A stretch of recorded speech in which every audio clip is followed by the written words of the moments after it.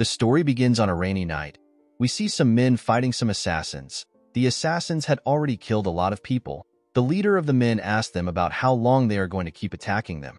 The assassins ignored the man and charged at them.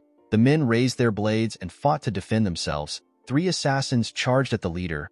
They told him that he is going to die. The man easily tore them apart. Although he was able to take care of the assassins, the leader knew that they were still too much. He called the assassin bastards. He knew the people who sent the assassins to him. He could not believe that they would stab him in the back after he made a deal with them. He looked at the carriage behind him and promised to protect the person inside.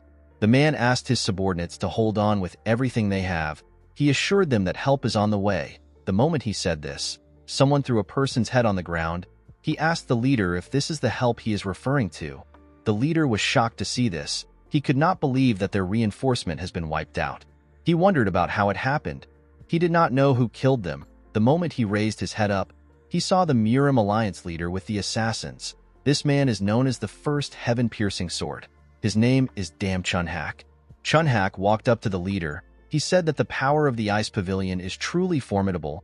He told the leader that he never expected them to be able to put up a fight against them.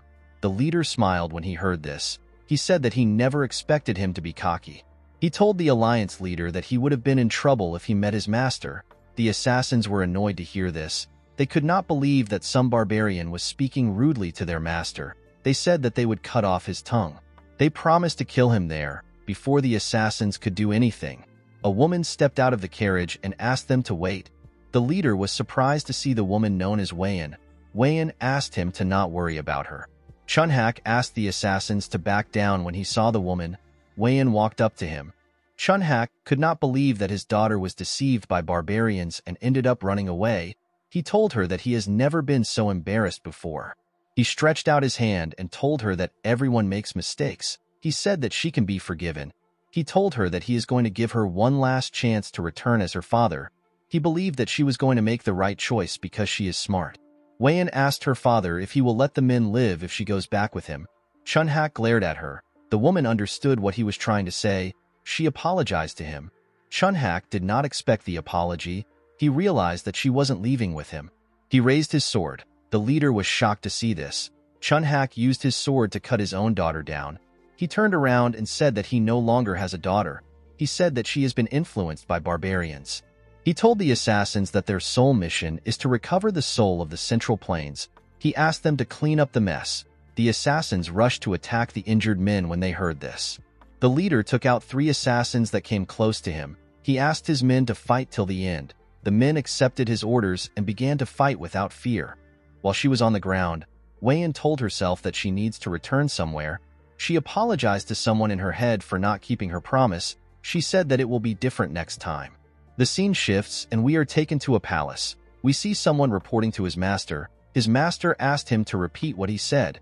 His master's name is Seol Mudak. He is the Northern Sea Palace Master and our protagonist.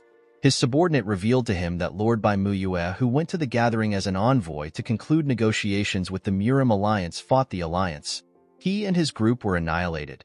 The moment he heard this, Mudak released his terrifying cold energy in his palace. His subordinates did not flinch, they simply stood. With a look of anger on his face, Mudak said that he will never forgive the Murim Alliance. He promised to wipe them off the map. He asked his subordinates to get ready. The men quickly gathered outside. Mudak told them that they are going to the Central Plains. In the next scene, we are taken to a battlefield covered with snow. We see an injured Chunhak struggling to stay alive. Several blades were sticking out of his body. He looked around and saw countless dead bodies. He could not believe that his entire army was annihilated. He noticed that his inner energy was depleted. He realized that this might be the end for him. He asked the Northern Sea Palace Master to kill him now. Mudak glared at him when he heard this. He moved close to him. He asked Chunhak to tell him why he killed his daughter. Chunhak laughed when he heard this. He asked Mudak to stop asking a stupid question. With a deranged look on his face, he said that the daughter of the alliance leader cannot be playing love games with a barbarian like him. He said that it would have been a bigger mistake to let Wayan live. Mudak raised his hand and gathered his energy. With a creepy smile on his face, Chunhak told our boy that he won't get what he wants the most even though he took over the Central Plains. The moment he said this, Mudok pierced his heart with his sword which he fired at him. Chunhak could not believe that this is how he is going to die after everything. Memories of his daughter flashed in his head. He remembered how he raised her. He wondered why she betrayed him and associated with a bastard. He remembered how he cut Wayan down. The man said that he is infuriated and resentful. With the death of the Murim Alliance leader, the 6-year-long Great Blood Battle came to an end. The living legend of the Northern Sea Palace became the uncontested ruler of the Central Plains that day. However, Mudok showed no emotion. He simply gazed at the moon. The scene shifts and we are taken to Mudok's room. We see a flower that seems to have lost its nutrient. Our boy realized that this flower is the only thing he has left. He thought about how he got the flower. In the past, Wayan barged into his room while he was writing. She referred to him as Gaga. He asked her about what happened.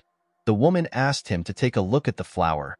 She said that the lotus of love has finally bloomed. Mudok was surprised to hear this. He remembered that the lotus of love is a flower that blooms when lovers truly love each other. With tears in her eyes, Wayan told our boy that she never doubted his feelings. She explained to him that she was actually upset that the lotus wouldn't bloom. She said she is fine now that it has bloomed beautifully. She was happy to see that her love was not one-sided. She said that Mudok really loves her. Our boy hugged her. He told her that he cannot love anyone else apart from her. Mudok was grateful to the flower for making Wayan so happy. He decided to fill the garden with the lotus of love in order to remember Wayan. He gently tapped the flower. He said that he cannot forget the woman no matter how much he tries. Immediately he said this. The flower bloomed again. Our boy was shocked to see this. He did not know how it was possible. He called out to someone known as Myong. The man appeared behind him. Mudok ordered him to find someone who can explain what just happened. He asked him to find the right person even if he has to search the entire Central Plains. Myong accepted his master's order and disappeared. A few days later, we see the Manbachas who are said to know everything in the world gathered at the Northern Sea Palace. The men did not know why they were called. While they were talking, someone asked them to step outside. The men were surprised to hear a voice from the sky. They all decided to step outside. When they stepped into the garden, they saw something shocking. They saw a garden filled with the lotus of love. Each of the flowers had bloomed. One of them said that this is his first time seeing a garden like this. The lotus of love is a flower that some might not get to see even once in their lives, and yet there was a garden filled with it. The men noticed that the character of love is inscribed at the stems as if it was embroidered there. They were certain that they were looking at the lotus of love. While they were looking at the flowers, Mudok appeared behind them. He asked them if they like it. The men turned around and said that they do. One of them asked him for his identity. Our boy shared his name with them. He said that he is the owner of the garden. The men were shocked to see the absolute ruler of the Central Plains. Mudok revealed to them that he and his lover made a lotus of love bloom with their love. He told them that the flower died when his lover died. He explained to them that the flower suddenly got revived a few days ago. The men were shocked to hear this. They could not believe that a lotus of love got revived. This was a strange phenomenon to them. An older man among them said that there is one possibility. Mudok appeared in front of the man and asked him to say it. He said that reincarnation might be able to do this. He explained to Mudok that his lover has reincarnated somewhere else in the world. With a scary look on his face, our boy asked the man if he is telling the truth. The man became nervous when he saw the look on his face. He said that there is no other explanation for the lotus of love to bloom again. Mudok smiled when he heard this. He finally had some hope. Our boy fulfilled the long-cherished wish of the Northern Sea Palace by successfully entering the Central Plains and unifying the entire region. However, all that was left for him was emptiness. As the Northern Sea prospers, Mudok's longing for his lover grows. He asked the old man to tell him how he can find Wayan. According to the man, the lotus of love glows faintly when the two lovers are in the same place. He told the palace master that the lotus of love will glow when he finds his lover. Upon hearing what he said, Mudok realized that the lotus of love Wayan showed him was glowing. He didn't think much of it at the time. He never expected it to be hiding a secret. The wise man explained to Mudok that it will be difficult for him to carry a live flower around. He advised him to craft the lotus of love into a jewel to carry with him. Our boy asked him if it is possible to do this. The man told him that it is.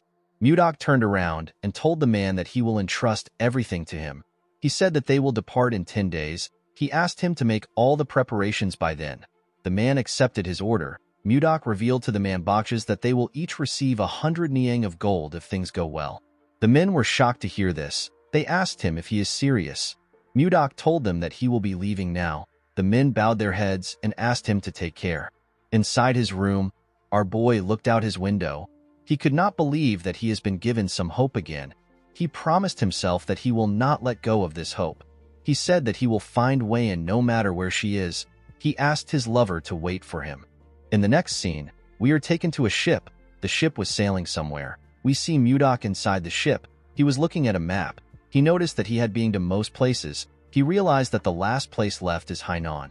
It has been 3 years and 5 months since our boy started searching for Weian. He did not find her anywhere in the Central Plains during this time. Mudok advanced from the transformation realm to the profound realm and experienced complete metamorphosis twice. Our boy believed that his lover must be in Hainan. He touched his jewel and remembered what he said to her. The scene shifts and we are taken to the past. We see Mudok bang the table. He told Weian that she doesn't need to go. He asked her about why she wants to leave. Weian explained to him that her father has personally decided to attend this negotiation. She said that her father will understand his intentions if his daughter attends the negotiation. Mudok told her that the negotiation might be a trap. Weian explained to him that she wants to trust her father for once.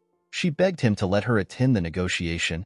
After thinking about it, our boy gave in to her request. He asked her to return immediately if anything seems off. Weian was happy to hear this. She put her hand into her cloth. She told Mudok that she wants to give him something. Our boy asked her about what it is. She took out a necklace and said that it is a keepsake from her late mother. She said that her mother told her that the necklace has the power to return to the person who gave it out. She gave Mudok the necklace and told him that it will always bring him back to her. With a smile on her face, Weian asked her lover to not worry. She promised to never leave his side. Mudok realized that he should have stopped her back then. While sleeping, our boy hears people yelling above him. They said that a storm is coming. When he went to the deck, he saw everyone desperately trying to hold on to the ship. Mudok never expected a storm to suddenly appear. He noticed that he was under the shadow of something. When he turned to the side, he saw a huge wave that was ready to swallow the ship. Mudok covered his body with protective chi.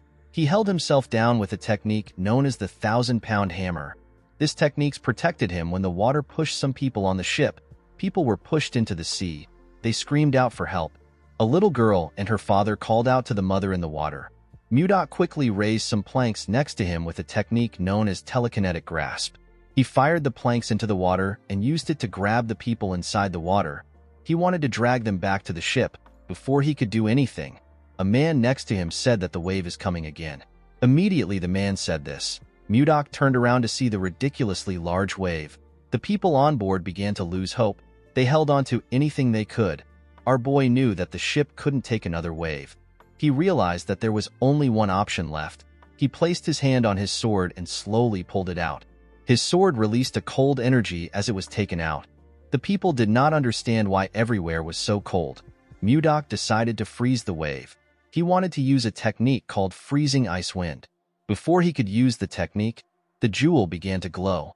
Mudok was shocked to see this. A bright light from the sky pierced through the wave and shined on him.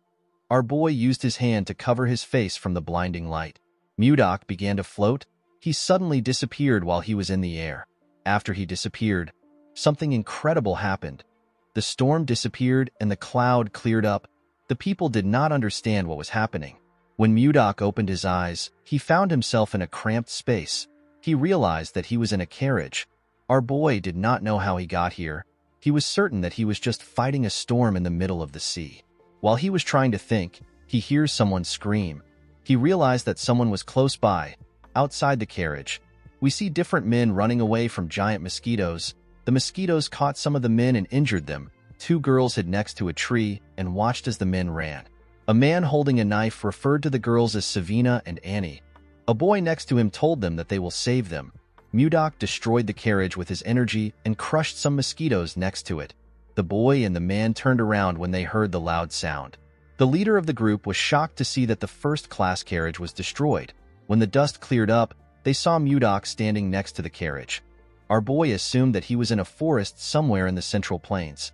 When he looked around, he saw the merchants. He noticed that they looked different and had different clothes. He assumed that they were foreigners. He believed that he was in a different part of the Central Plains. When Mudok looked up, he saw giant flies. Our boy was shocked to see them.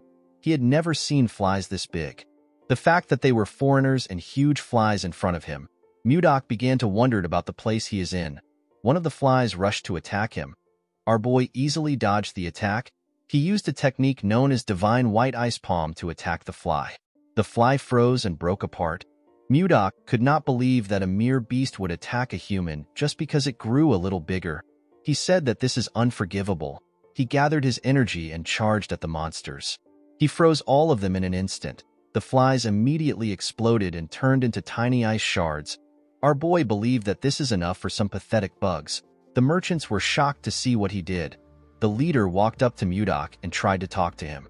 He said that his name is Edmund Roll. He said that he is the leader of the Roll Merchant Association. Edmund bowed his head and thanked Mudok for saving their association. He referred to our boy as a magic swordsman and asked him if he can tell him his name. Unfortunately for Edmund, Mudok did not understand a single word he said. Our boy was still able to tell that the man was thanking him due to his gestures. He told Edmund that he does not understand foreign languages. He asked him if there is anyone who can speak the language of the Central Plains. The merchants did not understand what he was saying. Edmund turned to the man with glasses and said something to him.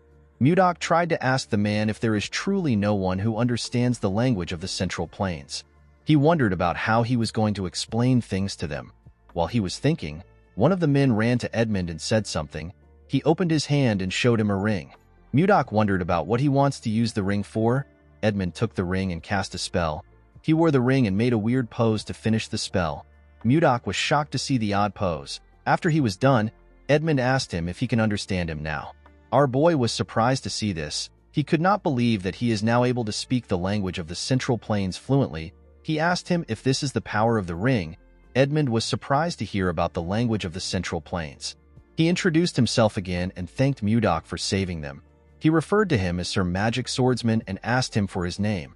Our boy told the man his name. He told him that he does not know what a magic swordsman is. Edmund was surprised to hear this. He explained to Mudok that a magic swordsman is someone who uses both magic and swords like him. Our boy asked the man to tell him what magic is. Edmund was shocked to hear this. He could not believe that someone who just used ice in front of them did not know what magic is. He wondered about where Mudok came from. Our boy noticed that the man was lost in thought. He called out to him. Edmund was wondering about how he was going to start explaining things to Mudok. Our boy was angry to see that the man was ignoring him. He moved close to him and raised his hand. He released a cold energy from his hand and asked Edmund to answer his question quickly. Edmund became nervous when he saw this. He realized that the person in front of him is crazy. He decided to just explain things to him. He did not want to find out about what will happen if Mudok goes on a rampage. He told our boy that he will explain. He asked him to calm down. In the evening, we see the two of them sitting next to a fire. Mudok was surprised to find out about something called magic in this part of the Central Plains. He realized that the world is quite vast. Edmund was relieved to see that our boy had finally calmed down. He asked him about where the Central Plains is. Mudok was surprised to hear this question. He asked the man if he does not know where he is right now. Edmund did not understand what our boy was saying. Our boy explained to him that it is weird to not know where the Central Plains is when he is in the Central Plains itself. Edmund became more certain that Mudok was crazy. He explained to him that this is not the Central Plains. He told him that they are in a forest leading to the capital of the Drake Kingdom. The capital is known as Barhan. Mudok said that he has never heard anyone call the Central Plains the Drake Kingdom. He asked Edmund if he is already senile, even though he is not so old. The merchant was annoyed to see that some crazy guy was saying that he is senile. He revealed to Mudok that he is 50 years old. He told him that he is worried about him because he keeps insisting that this place is the Central Plains. Our boy became angry when he heard this. He pointed at a tree and told Edmund that they can ask the kid who was peeking at them from behind the tree.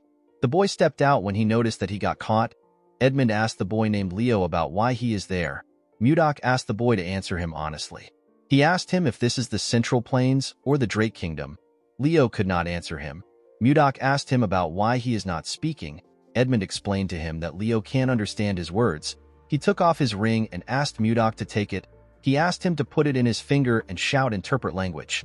Edmund did not actually want to lend such an expensive artifact with a language interpreter to some crazy guy. However, He could not stand the fact that Mudok saw him as a senile old man. Our boy put on the ring and did as the man instructed. The moment he said interpret language, he saw different symbols around him. He quickly noticed that he could now understand the foreigners. He found magic to be amazing. He turned to Leo and asked him for his name. The boy told him his name. Mudok asked Leo if they are in the Central Plains or the Drake Kingdom. Leo asked him about where the Central Plains is. He explained to him that this is a forest leading to Barhan. Mudok was shocked to hear this. He asked the boy if he is also going senile. He asked Edmund if he was the one who asked him to say this. The merchant told him that he did not. He asked him to ask the other members of his merchant association if he is suspicious. Due to his reaction, Mudok was able to tell that the man is not lying. He remembered something weird. He recalled that he was fighting a storm on a ship. When he opened his eyes, he was already inside a carriage. Mudok realized that he got teleported somewhere else. The moment he realized this, he felt some pain in his chest. The pain quickly went away. He wondered about the strange feeling he got in his dantian. Edmund asked him if he now believes him. Mudok noticed that the energy here is much different from anything he has ever experienced. He realized that something is not right. He stood up and walked into the woods. He decided to check things out by himself. Edmund was surprised to see him stand up. He called out to him. As he walked deeper into the forest, Mudok noticed that this place has pure energy.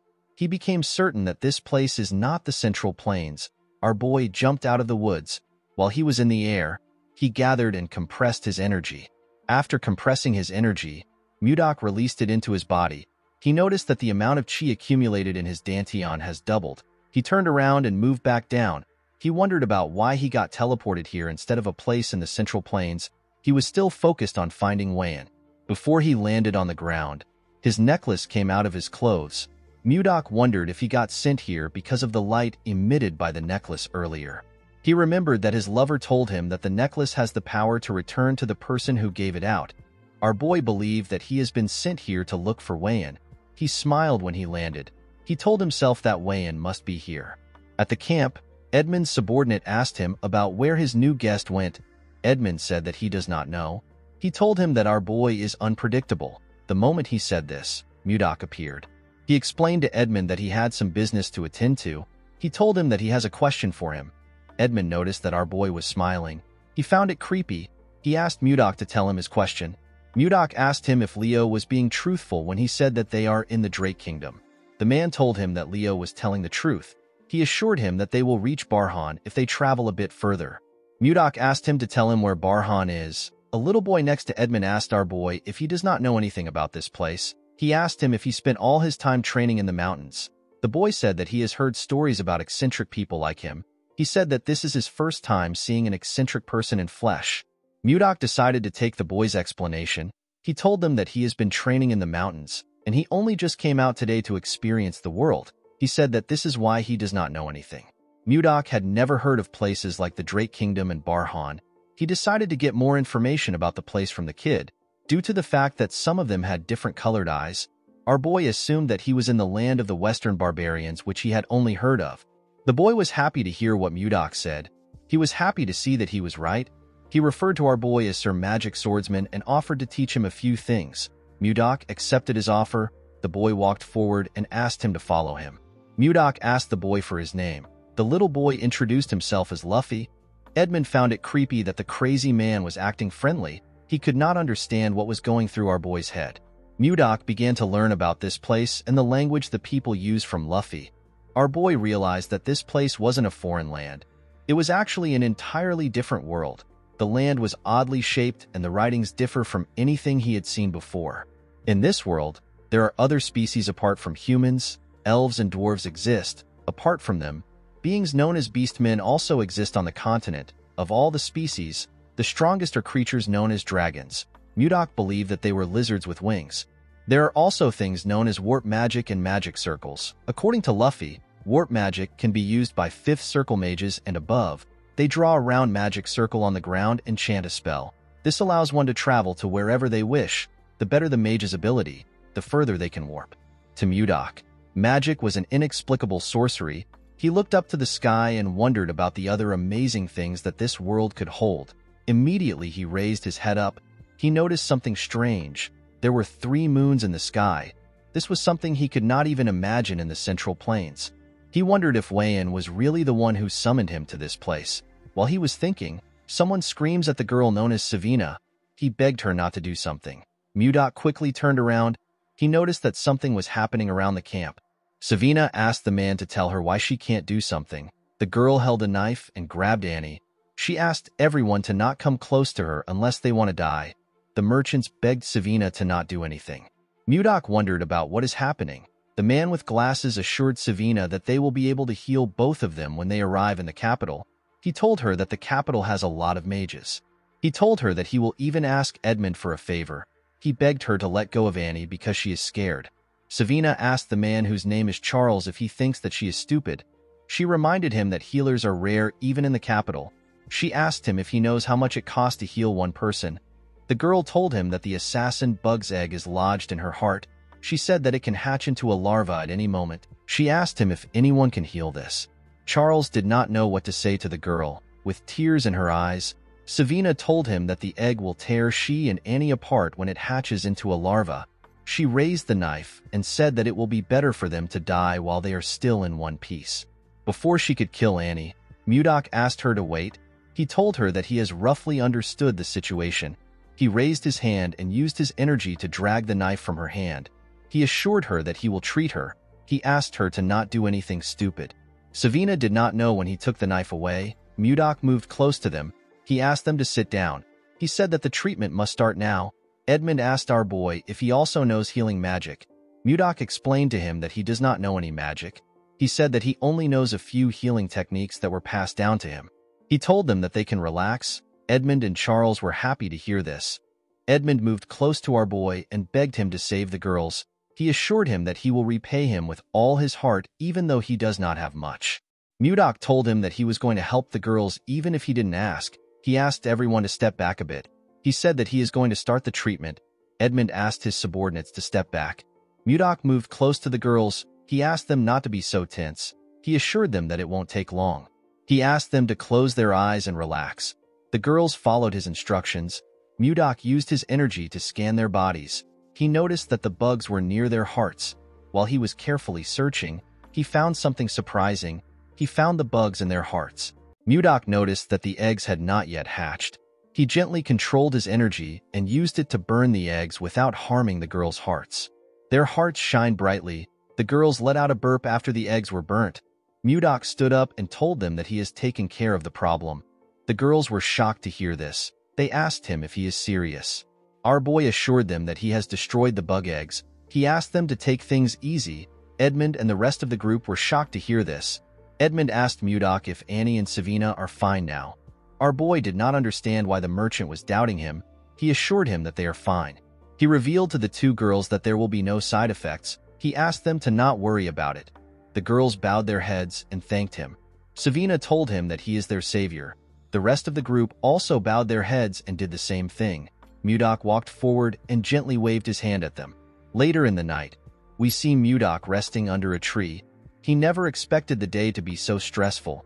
He touched his jewel and said that he misses his lover on days like this. He looked at the stars and prayed that he will meet Wei-in soon. The next day, we see the group traveling towards Barhan. Edmund took off his jacket and placed it on his head.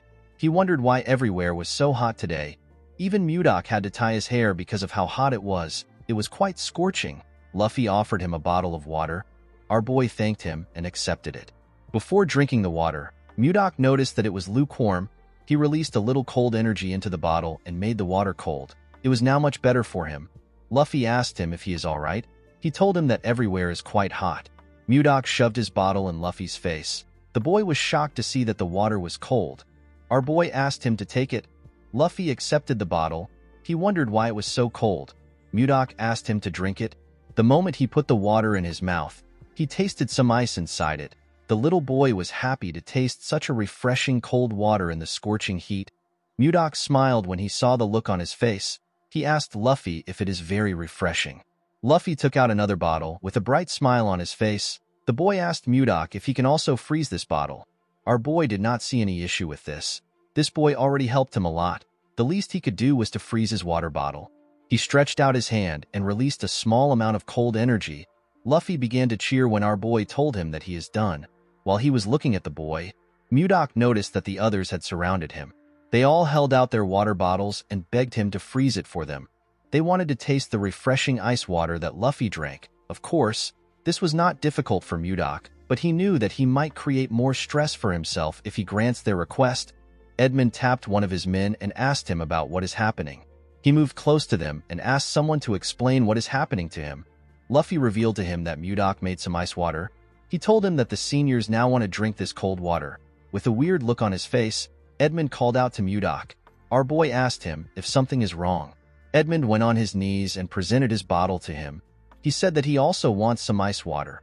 Our boy was surprised to see this. He asked the man to give him his bottle. Mudok decided to stay with this caravan in order to learn more about this world. This people already helped him in solving the biggest problem he had. This problem was the language barrier. Our boy did not see it as a big deal to give out ice water to them. He froze Edmund's water for him. The man thanked him. He quickly drank the ice water. Edmund noticed something odd. He told Mudok that something is strange. Our boy did not expect this. Edmund asked him about how he created the ice. Mudok asked him about why he is asking the question. He asked him if something is wrong. With a bright smile on his face, Edmund told our boy that the ice is absolutely perfect. He revealed to him that he has tried all the ice available on the continent. He said that he has never tasted this kind of ice before. The ice water was on another level to the man. He told Mudok that he is quite amazing. Mudok had never heard about ice being tasty. He said that he merely froze the water. He asked Edmund to tell him what he means when he says that the taste is different. According to Edmund, when creating ice, it is common to use the cold attributes of mana in the air to freeze water directly. It can also be done by gathering moisture from the atmosphere. During this process, impurities from the mana gets mixed into the ice. This affects its taste, however. Since each mage has a unique mana signature, it is rare to find someone who can create pure ice. It is basically hard to get pure ice. Edmund told Mudok that his ice is incredibly pure. This is why it tastes so good. Our boy now understood why the group reacted so enthusiastically. He could not believe that something as simple as ice would get him this kind of reaction. He almost felt pity for them. Since he was in a good mood, Mudok decided to create more ice. With a smile on his face, he released his energy. Before he could do anything, Edmund called him Sir Magic Swordsman. Our boy asked him if there is something wrong. Edmund pointed his hand at the sky and said that he has a proposal for him. A few days later, we see Charles directing some men carrying buckets filled with water. He asked them to take the buckets to the back of the store.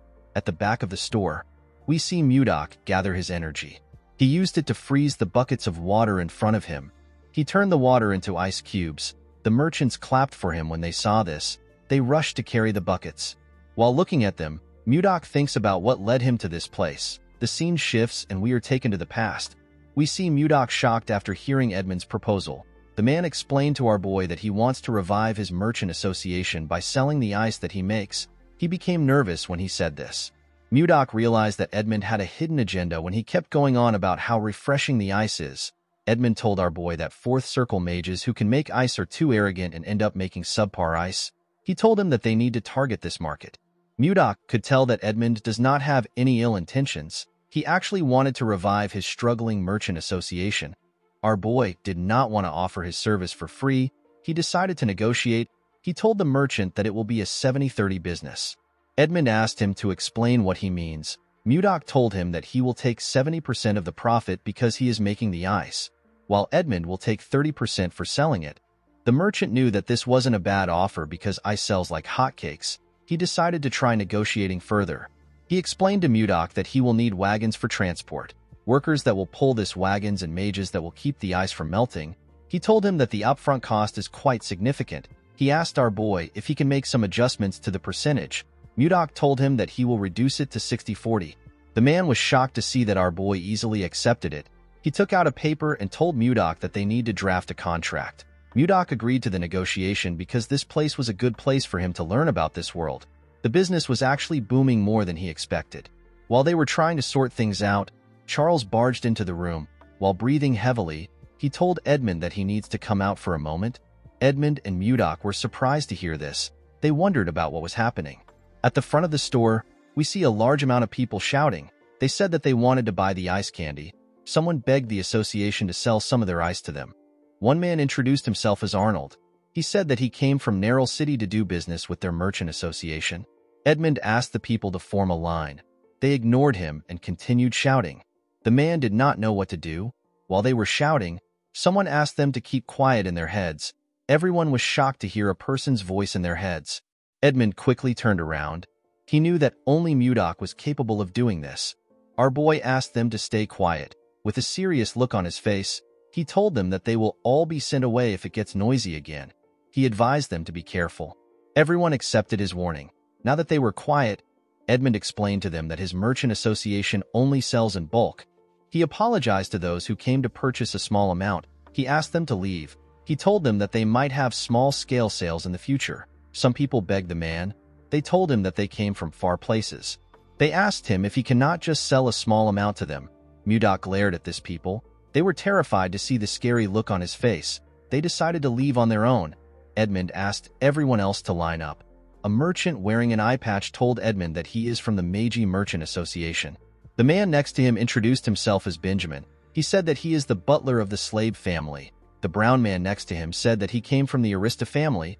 Edmund knew that the Meiji Merchant Association is one of the top 10 merchant associations on the continent. He could not believe that someone from the prestigious slave family was in front of him. Edmund knew that he would make a lot of money, but he never expected to be this lucky. He turned to Mudok. He knew that this people were standing in front of him because of our boy. Although his merchant association had not completely revived yet, it was still thanks to Mudok that they reached this stage. With a smile on his face, he asked Mudok to rest for now. Our boy asked him if the busiest part is over. Edmund told him that it is. He assured him that he can handle the rest. He asked him to take a break. Mudok turned around and wished him luck. Although he felt bad that he was making our boy work, Edmund had his own reasons for reviving this merchant association. In order to avenge his parents and siblings who died unjustly, he needed to fully revive this merchant association and use it to take revenge on Duke Icarus, who ruined them by using the Akasa Merchant Association. Edmund promised himself that he won't give up until he has taken his revenge. He hoped Mudok would cooperate with him until this time comes. He promised to repay him when he succeeds. Inside his room, Mudok jumped on the bed. He was so tired. Since business was doing well and money was coming in steadily, our boy decided to start gathering information about his lover. While he was thinking, someone knocked on his door. The person turns out to be Savina. Mudok was happy to hear that the girl was at his doorstep. He realized that it was already snack time. He asked her to come in. The girl was holding a large bowl containing something. This was Mudok's new favorite snack. It was ice cream. It is a treat made by mixing ice and fruit. The treat was accidentally invented by Savina. The girl placed the bowl on the table. Mudok thanked her for bringing him the snack again. Savina smiled and asked him to enjoy. He took out his spoon and took his first bite. The ice cream had a cold, sweet, and luscious flavor. It was a taste that he could have never imagined in the Northern Sea Palace. Mudok heard that the Merchant Association was thriving because of ice cream. He fully understood why. While he was licking it, our boy noticed that the bowl was empty. He could not believe that he already finished it. He decided to get another one. He did not want to go by himself, but he had no choice since everyone was busy. When he got into the store, he could hear some noise outside. He wondered about what was causing this noise. At the front of the store, we see Savina asking someone to line up. The bastard smiled when he heard this. He asked Savina to tell him who gave her the power to order nobles around. Mudok wondered about who the young men were. The boy next to the chubby boy believed that Savina was asking them to line up because she did not know who they were. He asked her to shut up and bring out the ice cream. The chubby boy pointed at Savina and told her that they heard a rumor about the ice cream, so they came to try it. He told her that there will be consequences if the ice cream is not good. Savina told him that their merchant association does not sell ice cream to people who cut in line. She asked the boy to understand. This only made the chubby boy angrier. He could not believe that she wanted them to line up like commoners. He said that it is already annoying that they are in the same place as mere peasants. He did not like the fact that she was asking him to join the queue. He asked her if she has a death wish. Savina told the idiot that she does not serve ice cream to nobles just because of their status. The boy asked her if she is trying to defy a noble. The girl knew that Mudok would protect her if things go wrong. She decided to speak freely. She told the boy that he is not making sense. She said that she is simply stating the rules. The other boy was annoyed to hear this. He called the girl a wretch. He took out his sword and asked her if she really wants to die. Savina was not scared to see his sword. The boy was annoyed to see this. Before he could do anything, their third friend tapped his shoulder. He called him Samuel. With a cold gaze in his eyes, the boy asked Samuel to not act rashly. He asked him if he wants to lower their dignity. Samuel became nervous when he saw the look on his friend's face. He apologized to him. The boy walked up to Savina. With the same look in his eyes, he told her that they came to try the ice cream. Savina did not like his cold gaze. Her heart felt like it was freezing. She began to tremble. The boy told her that he doesn't like waiting. He asked her to bring it out now. Savina was lost in his gaze. With a shaky tone in her voice, she asked him to wait. Someone called out to Savina. The person turns out to be Edmund. The man reminded her that their merchant association does not sell ice cream to those who cut in line. He asked her if she forgot. Savina apologized to the leader. Mudok could tell that Edmund had something against this young man for him to have such a strong reaction. With a look of anger on his face, Edmund asked the boy to leave. He told him that he cannot tolerate any further disregard for their rules. The two boys were annoyed to hear this. They believed that Edmund was insulting nobles. The man asked them to not be mistaken. He told them that there is another reason why he won't sell ice cream to them. The boy who appears to be their leader asked Edmund for his reason. With a look of anger on his face, the merchant asked the boy to question Duke Icarus by himself. Charles and the other merchant were shocked to hear their leader mention the Duke's name. The boy asked Edmund about how he knows his father. The moment he said this, he noticed that Edmund looked familiar. He recognized the man's eyes. With a creepy smile on his face, the boy asked Edmund if he is one of the leftovers from the Roll Merchant Association. His friends were shocked to see the smile on his face. They knew that Justin only smiles like this when he is angry. Justin took out his sword. He told Edmund that he must pay for the crime of insulting a noble with his life. The moment he said this, he swung his sword at the man. Edmund closed his eyes out of fear. He could not believe that he will not be able to avenge his family before the sword could touch him. Mudok blocked it with his hand. Edmund was surprised to see him. Mudok swung his hand and pushed the boy back. Justin was annoyed to see this. He called our boy a bastard. He asked him if he has a death wish. Mudok could not believe that this nonsense happened when he came down to get some ice cream. He never expected Justin to try to kill someone just because they told him that they don't sell ice cream to people who cut in line. He found this to be absurd. He told the bastard that he really has no manners. He told him that he will use this opportunity to teach him some manners. Justin became angrier when he heard this. He put his energy into his sword and charged at our boy. He told him that he will kill him. Mudok easily dodged his first attack. Justin began to attack him more fiercely. Our boy dodged the attacks without stressing himself. He gently smiled at Justin as he dodged his attacks. He told him that his talent is quite impressive for someone as young as him. He explained to him that his sword will never reach him no matter how many times he swings it. According to Mudok, in principle, righteousness is always accompanied by reason. This is what creates harmony. He explained to Justin that the nobles lack any sense of propriety if his actions represent them. He told him that he is not a narrow-minded person. He said that he will only fix his manners for today. Justin called our boy a bastard. He could not believe that he was speaking rudely to a noble. Mudok moved behind the boy and told him that what he is saying is irrelevant. He said that discipline is all he will need to learn respect. Our boy was reminded of the Central Plains. He realized that his attachment to Wayan made him forget the ways of the world. Everything comes down to survival of the fittest. He gathered some energy in his fingertips and fired it at Justin. This technique is known as formless chi. The attack hit the boy in his wrist. It created a huge hole in his wrist. Justin dropped his sword and fell to the ground. He grit his teeth out of anger. Mudok glared at the boy with a cold gaze in his eyes. Edmund was surprised to see Justin injured. He did not know the kind of attack Mudok used. Justin's friends quickly moved close to him. They raised their swords and asked Mudok to stay back. The chubby one promised our boy that he will cut him down if he moves closer. Samuel became terrified when he saw Mudok still approaching them. Our boy saw something surprising. Justin was trying to stand up. He asked him about why he bothered to get up. The boy placed his hand on his friend's shoulder and asked him to move. He stood in front of Mudok confidently. Our boy smiled when he saw this. He found it amusing that Justin was giving him a show. He covered his hand with his energy. With a scary smile on his face, Mudok told Justin that he wants to see how long he will last. Mudok swung his hand and sent the idiot flying. His friends were shocked to see this. The chubby one quickly ran to check on Justin. He asked him if he is all right. The moment he said this, he saw the hole in his friend's wrist. Mudok was disappointed to see that Justin flew back when he only used the strength of a first-rate martial artist. He realized that the boy was weaker than he expected. He wondered if he should stop.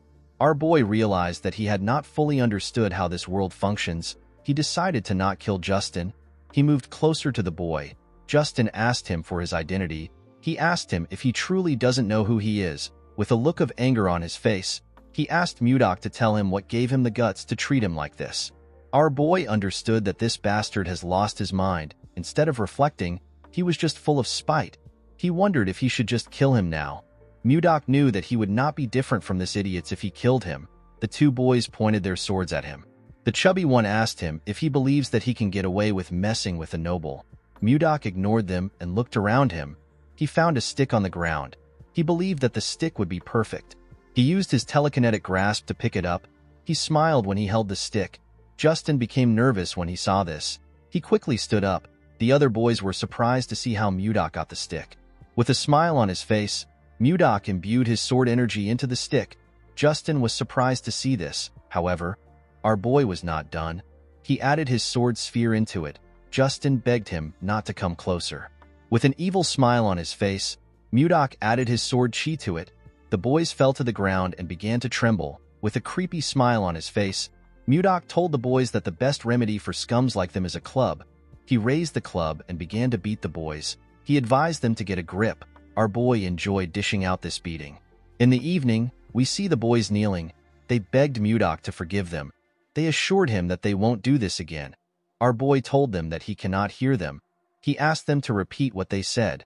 Justin was annoyed to hear this. He promised himself that he will kill Mudok. He said that he will stomp on his head. Although this was his wish, the boy had no power to do it. He had no choice but to beg our boy for forgiveness. He assured him that he will never make a mistake like this again. Mudok was happy to see the outcome of the beating. He realized that nothing is better than a good beating. He advised them to be careful from now on. Edmund was touched to see what Mudok did. He thanked him in his head. The scene shifts and we are taken to a castle. We see a king and his subordinates seated. Count Slabe reports to the king that they received some information from an informant planted in the Serbia kingdom. King Tomalova III asked the count to speak. According to Slabe, the Serbia kingdom has succeeded in reclaiming the barren northern region of Blackstone. Additionally, the Hazen kingdom is trying to develop the land beyond the Sahara Desert.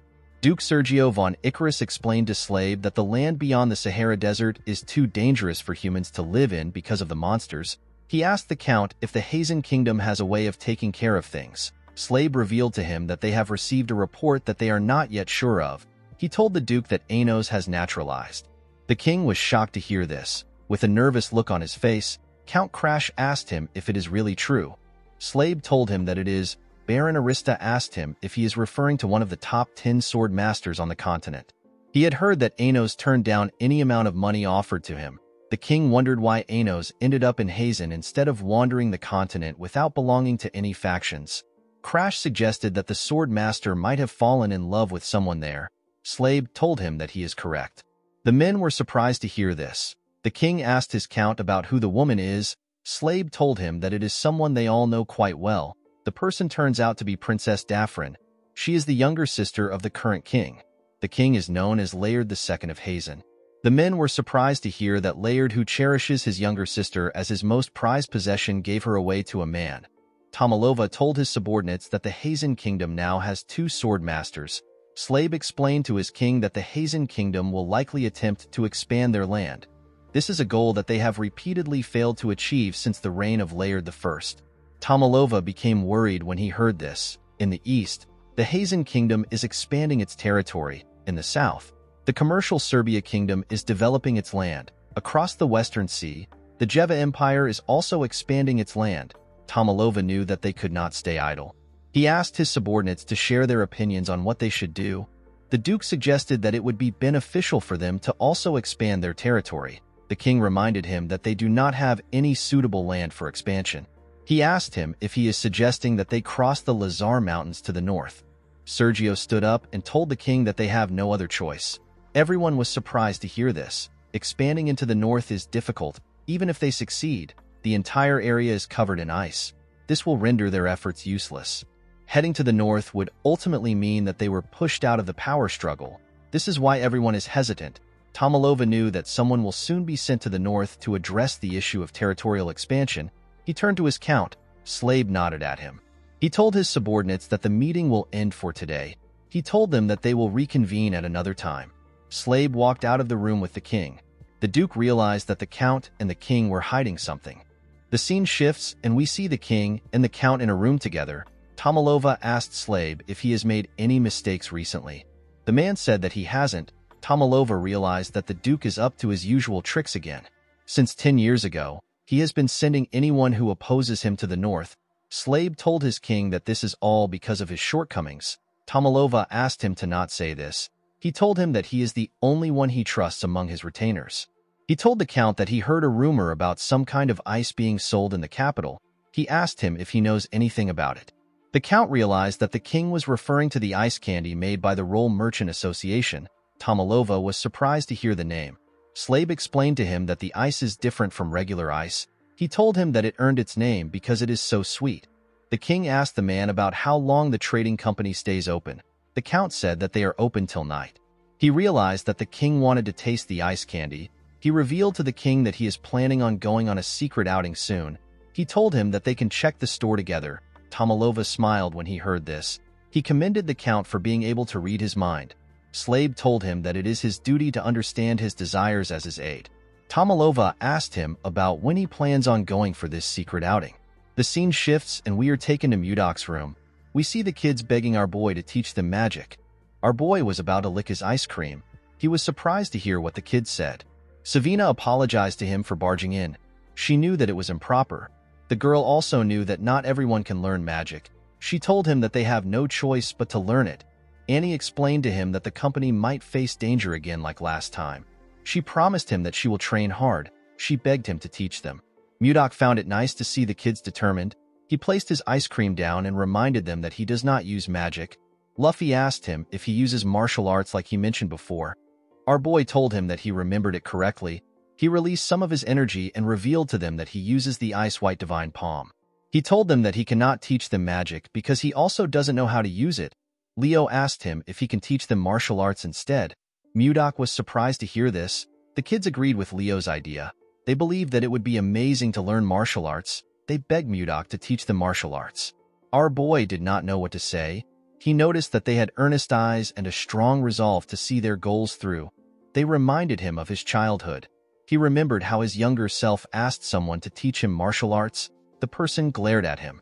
Due to the fact that he was urgently searching for his lover, Mudok felt like it would be wrong for him to accept some students. However, these children also wanted to protect someone, and more than anything, they have been helping Mudok out in many ways even though they don't know him well. According to the rules, our boy was not allowed to teach the martial arts of the Northern Sea Palace carelessly. Mudok wondered if this rule still applied in a different world. Savina begged him to teach them. Our boy asked the children to let him think about it.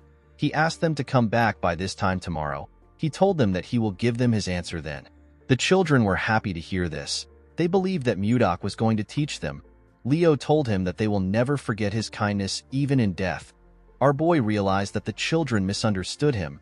Before he could explain himself, the children turned around and left the room. They were excited to be learning martial arts. They closed the door and asked him to sleep well. Mudok decided to figure things out later. He wondered if he was like this when he was their age. He realized that his master must have had a hard time. He opened his window and looked outside. While he was thinking, he heard the sound of metal clashing from the forest. He found this odd. Inside the forest, we see Count Slave kill someone in front of him. The person was wearing a hood that covered his face. The count was with the king. He wondered if he could hold out before reinforcement arrives. He could not believe that they were ambushed the day they went out to eat the ice candy. While he was thinking, he hears a loud sound behind him. He quickly turned around. He saw a mage cast a spell known as Fire Bomb. The mage created several fireballs. He fired them at Slave. The count grit his teeth and charged at the attack. It created a huge explosion in the forest. The king was shocked to see this. He quickly ran to him. Slave told him that he is fine. Tomalova reminded him that his arm is bleeding. The Count moved in front of him. He asked the king to forgive him for his rudeness since it is an emergency. The king assured him that he understands. Slabe did not expect a mage to be among them. He was not able to tell because their attires were similar. He ordered his men to not lose their composure. He asked them to reorganize the formation. The soldiers quickly followed his order. The leader of the assassins asked them to not let a single person live. One of the assassins said that he will take Slabe's head. The Count charged at the assassin and swiftly cut off his head. The other assassins were shocked to see how fast Slabe was. They quickly rushed to attack him. Slabe blocked their attacks. He moved close to one of them and asked him about who sent them. The man told him that he does not need to know since he will soon die. Slabe realized that the magic attack took out a lot of his men. He could tell that this people had no intentions of letting them live. Although he did not like the situation, the Count knew that he had to protect the king at all cost. He must do this for the sake of the kingdom. The mage raised his hand and prepared to use another attack. Slabe ordered his men to gather around the king and protect him. The mage laughed when he heard this. He told the Count that he is too late. Before the man could use his attack, someone struck him down with ice. Everyone was surprised to see this. The leader of the assassins asked the person for his identity. As expected, the person turns out to be Mudok. With a smile on his face, our boy said that he has been caught. Mudok jumped off the tree and appeared behind the leader. He knocked out an assassin next to the leader. He said that he wanted to see the moon, but everywhere was so loud that he had to come there. The leader quickly turned around when he heard this. With a scary look on his face, Mudok told the leader that he needs to finish this before his ice cream melts. The leader could tell that our boy was dangerous. He did not know when he got behind him. Although they were caught off guard, they were still superior in terms of numbers. The man wanted to kill the king and get out of the forest as soon as possible to avoid any variables. He took out his sword and charged at Mudok. He said that he will take care of our boy. He ordered his men to kill Tomalova. Mudok blocked his attack with his sword. He said that he never expected to see all kinds of swords here. He decided to respect the leader by using his sword, which is known as Sullen. He asked the man to come at him. The leader was annoyed to see this. He charged at Mudok and told him that he will not get out of the fight alive. Our boy found this exhilarating. He advised the man to do his best. He easily blocked the man's attack. The leader took out his other sword and used it to attack him. Mudok dodged his attacks without stressing himself. The man put his sword together and attacked our boy from both sides. Our boy was still able to dodge it. Before the man could attack again, Mudok pushed his sword away and hit him in his back. The man grit his teeth to endure the pain. Our boy raised his sword and began to attack the assassin. The man managed to block Mudok's attacks, but he was struggling to keep up with him. While he was struggling, our boy grabbed his head and slammed it to the ground. He was enjoying the fight. The moment he stood up, rain began to fall. Tomalova asked the Count about what is happening. Slabe advised his king to be cautious. He asked him to step back. Immediately he heard this, Tomalova realized something. He told Slabe that they are looking at the hope of the kingdom. The Count did not understand what he was talking about. The assassins were shocked to see what Mudok did to their captain, whose name is Morian. They wondered if Mudok is a sword master. Our boy moved close to the assassins. With a look of anger on his face, he told them that this is all their fault.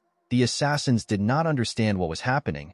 Mudok revealed to them that his ice cream has melted in the rain because of them. The assassins did not even know what an ice cream was. Our boy told them that he will show them how fearsome a grudge born from ice cream can be. He told them that he will count to 3. He said that he cannot guarantee the lives of those who remain after he is done counting. The assassins believed that he was spouting nonsense. One of them said that they can get rid of him if they all attack at once. The other assassins agreed with this. Mudok began to count. The assassins charged at him. They wanted to shut him up. When he got to 3, the assassins had already gotten close to him. He activated his protective chi. This allowed him to block all the assassins' attacks. They were shocked to see a barrier.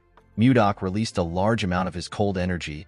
He asked the assassins to not say his sword is merciless. The moment he said this, he swung his sword. Huge pieces of ice came out of the ground and tore them apart. The king and the Count were shocked to see this. After taking care of the assassins, Mudok put his sword away. He said that vengeance has been served. He jumped out of the area. The Count was surprised to see that our boy left like that. Tomalova turned to him. He told him that they cannot waste any time. Slabe already knew what the king wanted. He placed his hand on his chest and told Tomalova that his wish is his command. In the next scene, we see one of the merchants talking to Edmund. He revealed to him that the children are studying magic. Edmund was surprised to hear this. He reminded the man that magic is not something that one can study on their own. With a serious look on his face, he asked the man if Mudok is the one teaching the children. The man told him that he is correct. He explained to him that his family members also want to learn magic. He did not understand why Mudok was only teaching 4 children. Edmund began to laugh like a crazy person when he heard this. The man was surprised to see this. He assumed that Edmund was tired from overworking. The merchant was actually happy that Mudok was teaching the children, especially since numerous people want to learn magic. He stood up and asked the man about where the children are learning. He asked him to lead the way. Edmund believed that the day his trading group will reach the top is no longer far. The scene shifts and we see the merchant talking to Mudok. With a smile on his face, Edmund told our boy that he knows everything. Mudok asked him to explain what he means. Edmund revealed to him that he heard that he is teaching the children magic. Mudok realized that this is what the other merchants were gossiping about. He did not want them to know about it. With tears in his eyes, Edmund thanked Mudok for what he is doing. He told him that he does not know how he can repay him. While they were talking, Charles came to meet them. Edmund asked him if something happened. The man said that there is a guest for Mudok. Our boy seemed to be annoyed to hear this. Edmund was surprised to hear that Mudok has a guest. The guest moved close to Charles. Edmund did not recognize the man. The young man went on his knees and begged Mudok to help him. Our boy asked him to leave. The man grabbed his leg and revealed to him that the king said that he will come by himself if he is not able to bring him to the castle. Mudok told the man that he has no reason to trust him. Edmund was surprised to hear about the king. Our boy used his leg to hit the man's face. The servant begged him not to decline the king's invitation. Mudok gently moved his leg out of the man's hand. He asked him about why he always comes to this place to harass others every day. He walked forward and advised the man to stop wasting his time. He asked him to leave. Mudok did not want to get involved with things like this because he did not think that it would give him a clue about Wayan. As he walked forward, our boy took a look at his necklace. He remembered the conversation he had with someone. The scene shifts and we are taken to the past. We see a man begging Mudok. Our boy told the man that he has no interest.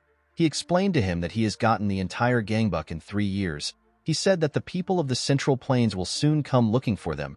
He asked the man to tell him why they need to negotiate with the slimy bastards. Muyua explained to him that there are situations where a person shows their strength, and there are times when a person does not do anything. He told Mudok that this is the time to show others that the Northern Sea Palace is not just about brute force. He assured our boy that they can show their power again if this method doesn't work. He told him that he will take charge of the negotiation. Mudok smiled when he heard this. He told him that he will leave everything to him. He took a sip of his tea and told Muyua that they will attack the Central Plains if the negotiations fail. Muyua laughed when he heard this. He believed that it was impossible for the negotiations to fail. On his way to the negotiations, Mudok met Wayan for the first time. The two of them immediately locked eyes. They could feel their hearts beating. Mudok knew that this was the woman of his destiny. That day was the best day of his life. In the present, Mudok smiled when he remembered the day he met his lover. He decided to only think about her. He did not want to focus on any stupid thing. While he was thinking, Luffy waved at him. He and the other children seemed to be meditating. Mudok smiled when he saw him. He realized that there are many things for him to do. He knew that he had to act with caution. Later in the day, we are taken to the castle. Tomalova was annoyed to hear that Mudok refused his invitation again. The servant bowed his head and begged the king to forgive him. Tomalova began to dislike our boy the more he heard about him. He simply wanted to thank him for saving his life. The young man said that he will go again tomorrow. He assured the king that he will get a different response. Tomalova asked him not to bother himself. He believed that the man has already done enough. While they were talking, someone knocked on the door. The person turns out to be the princess. Her name is Ishilda. Tomalova quickly took a look at himself in the mirror. He asked the servant to get out. The man felt bad that he wasn't able to complete his mission. As she walked into the room, the princess noticed that the man looked sad. The beautiful red-haired princess greeted her father in an elegant manner. She told him that the chamberlain looked sad. She asked him if something happened. Tomalova became nervous when he heard this. When his daughter sat next to him, he explained everything that happened to her. Ishilda was shocked to hear about what her father went through. She quickly stood up and asked him if he is all right. Tomalova grabbed her hands. He assured her that he is fine. He asked her to not worry about it. Ishilda sat down back. She asked Tomalova if he knows the reason why Mudok rejected his invitation. The king said that he has no idea. He revealed to his daughter that he wishes to keep our boy by his side because he is very skilled. Unfortunately, Mudok wasn't answering his summons. Ishilda believed that our boy must be a great person for her father to be interested in him. Tomalova nodded his head. He asked his daughter if she knows about the ice and ice cream created by the Roll Trading Company. Ishilda said that she has also tried the ice cream. Her father revealed to her that Mudok is the one who made that ice. Ishilda was surprised to hear this. Tomalova explained to her that he started feeling greedy after finding out that our boy was the one who created the ice. Ishilda completely understood her father. She remembered the feeling she got when she first tasted ice cream. She could not forget this feeling even if she tried. The woman looked outside the window.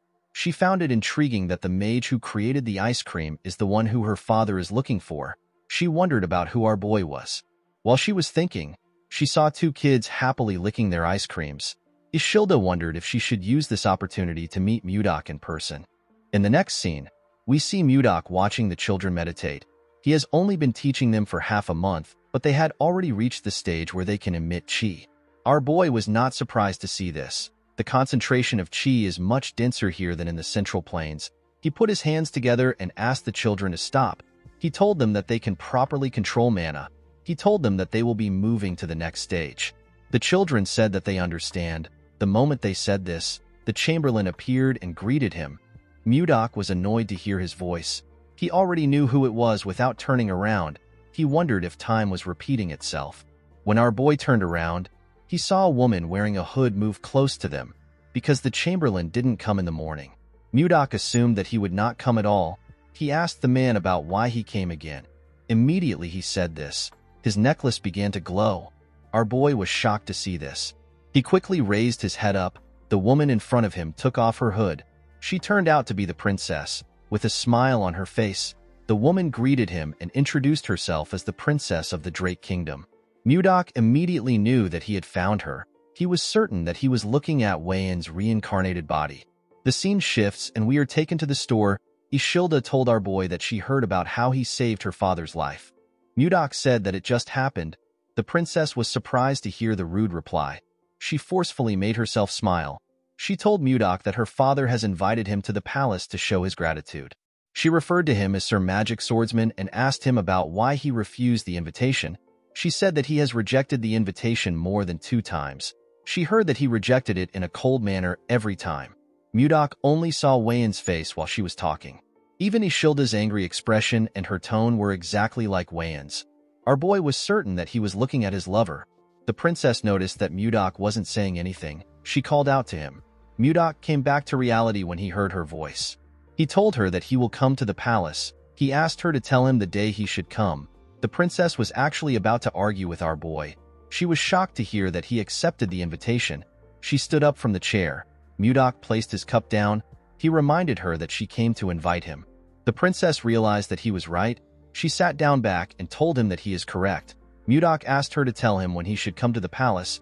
Ishilda asked him to be there by 11 in the morning. The woman actually felt annoyed that Mudok easily accepted the invitation. She assumed that she was going to have to convince him. She stood up and told him that she has to leave. Mudok clenched his fist and told himself that he will see her when he goes to the palace tomorrow. The only problem our boy had was that Ishilda is a princess. She has the highest status in the country.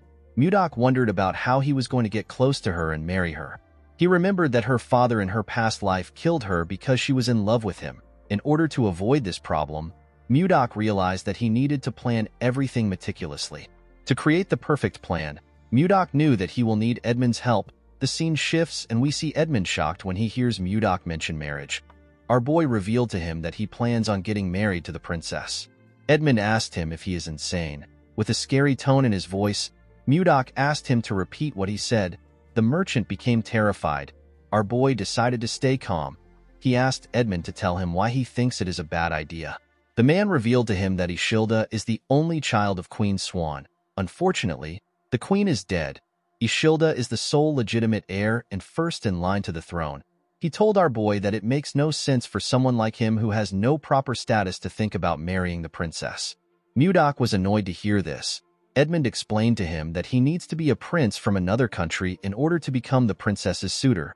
Even if he is not a prince, he should at least come from a high-ranking noble family. Mudok understood that he needs to attain a status equal to that of the princess or gain great prestige. He needed to do this to aid his plan for marriage. Edmund told him that he might have a shot if he achieved something significant. Mudok stood up. He decided to give it a shot. The merchant stopped him before he could leave. He asked him if he knows the rules that he must follow in the palace. Our boy was surprised to hear that there are rules to follow. Edmund could tell that he did not know. He moved close to his shelf and took out some books. He placed the books talking about proper etiquette on his table. Mudok was shocked to see the amount of books in front of him. Edmund knew that our boy might make a mistake if he lets him go like this. This mistake can affect their business. With a smile on his face, the man assured Mudok that he will thoroughly educate him. Our boy did not understand why the man seemed excited. He picked up a book and asked Edmund to take care of him. Mudok was forced to listen to Edmund's lecture all night long. The next day, we see Mudok dressing in front of the mirror. He stepped out of the store in really nice clothes. He decided to head to the palace. The scene shifts and we see our boy arrive at the palace. He greeted the king in an elegant manner. The king welcomed him with a bright smile. Mudok looked around. He noticed something odd. The officials were in the room. Our boy assumed that he was going to have a private meeting with the king. He did not understand why there were so many people. Ishilda gently whispered to our boy. She apologized to him. She did not intend on scheduling the appointment on a day like this. Due to how flustered she was, Mudok could tell that she wasn't lying. Next to the Duke was his son. Justin asked the princess about why our boy was there. Mudok remembered the boy as the little idiot he beat up.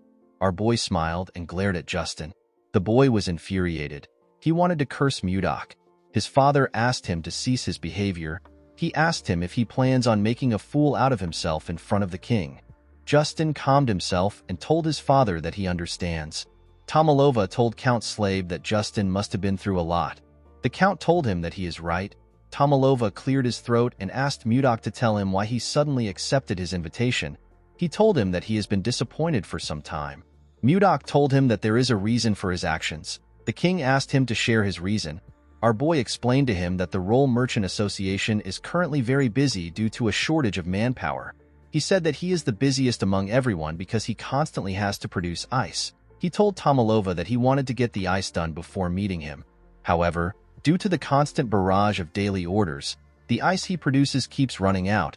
Mudok told the king that he kept postponing the invitation until today. Tomalova smiled when he heard this. He told Mudok that he never knew that he had a lot to do. He was not surprised to hear that our boy was busy because ice and ice cream are selling like hot cakes. Mudok thanked the king for his understanding. Our boy was happy to see that the king was not a difficult man. Compared to Chunhak, Tomalova seemed like an angel. The king asked our boy for his name. Mudok told him that he does not use his name. He asked the king to simply call him Magic Swordsman. Tomalova was not comfortable calling our boy with a title. He wondered about what he should do. Mudok felt like the king should just give him a name if he is not comfortable using a title.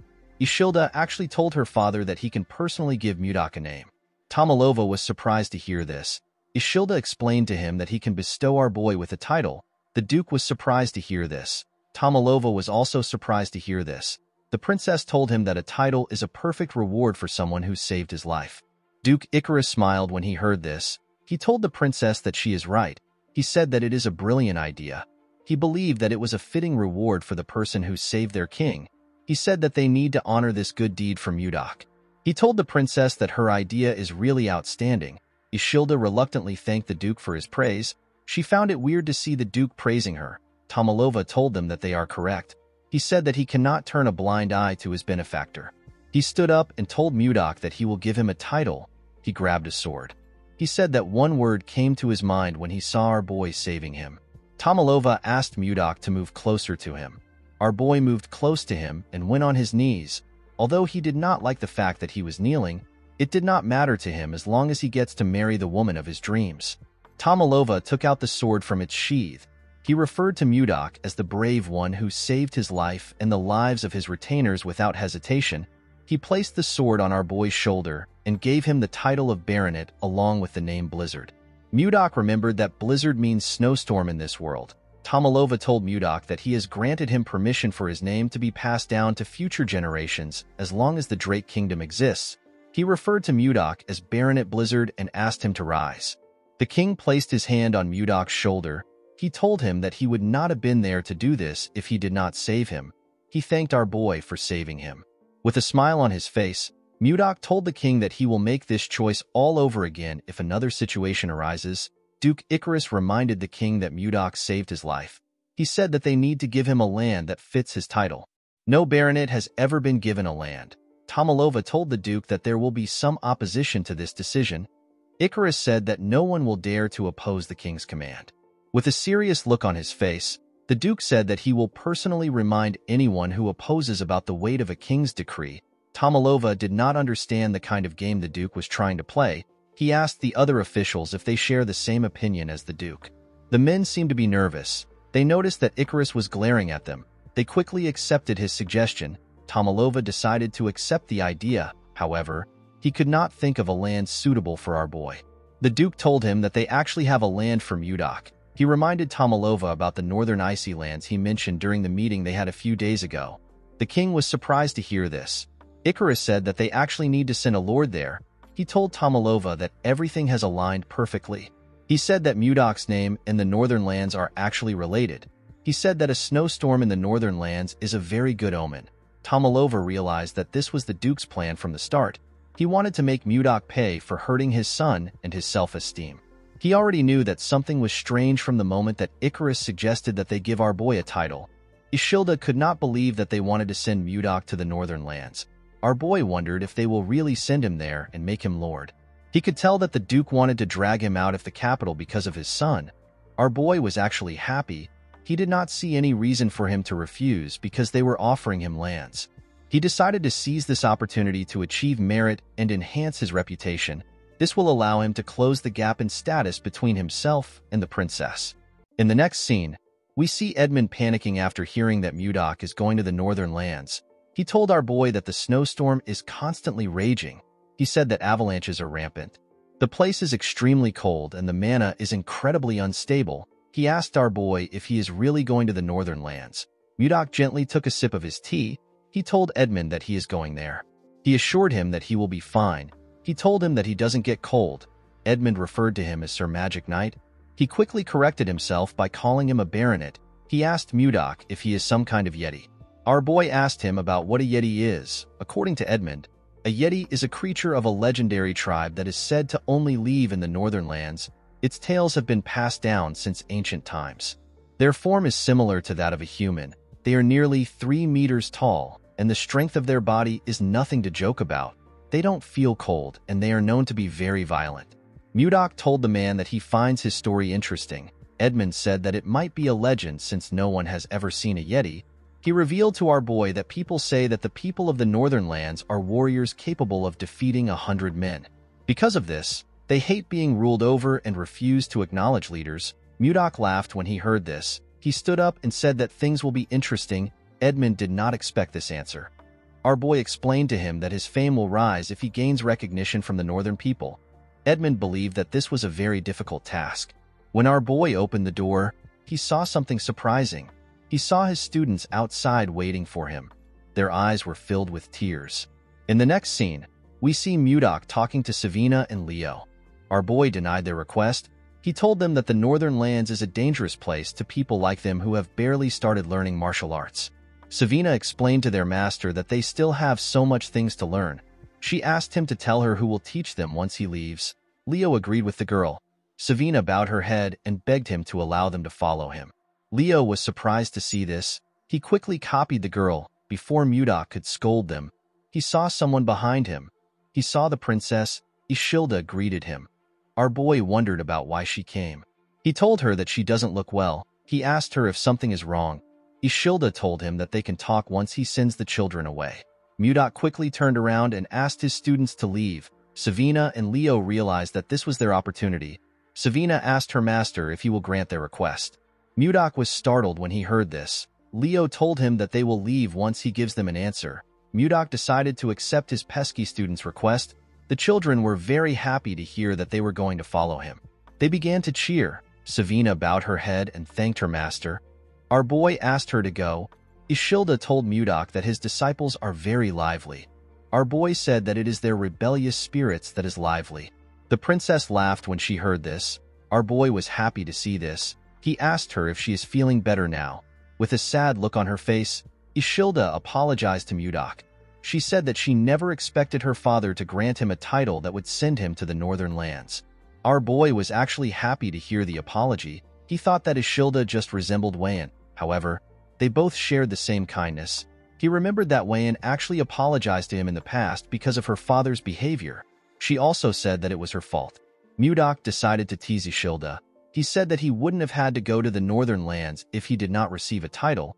Ishilda was surprised to hear this. With a sad look on her face, the girl said that it is her fault. Mudok found it adorable that she was taking responsibility. He told her that an apology will not change the fact that he still has to go to the northern lands. Ishilda started feeling bad. She asked him if there is anything that she can do to ease his mind. Our boy said that it will be good if he receives a lucky charm or a talisman. The princess asked him about what a lucky charm is. Mudok moved close to her and grabbed her. He told her that a lucky charm is a kiss filled with genuine concern for the other person. Ishilda screamed when she saw our boy close to her. Mudok realized that he teased her too much.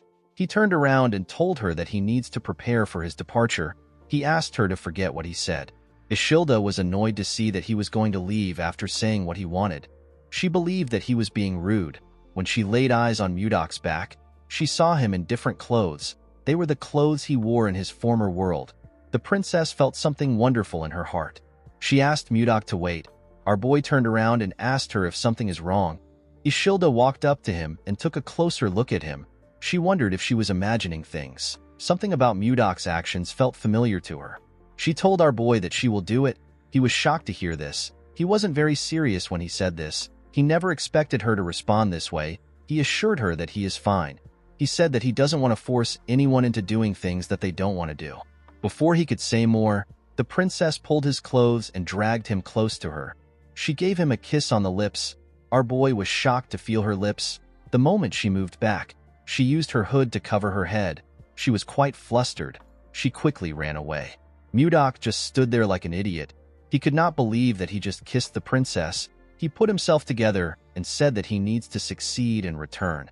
The scene shifts and we are taken to the very cold northern lands. The men in a bar talk about how they have gotten a new lord. They heard that our boy saved the king's life.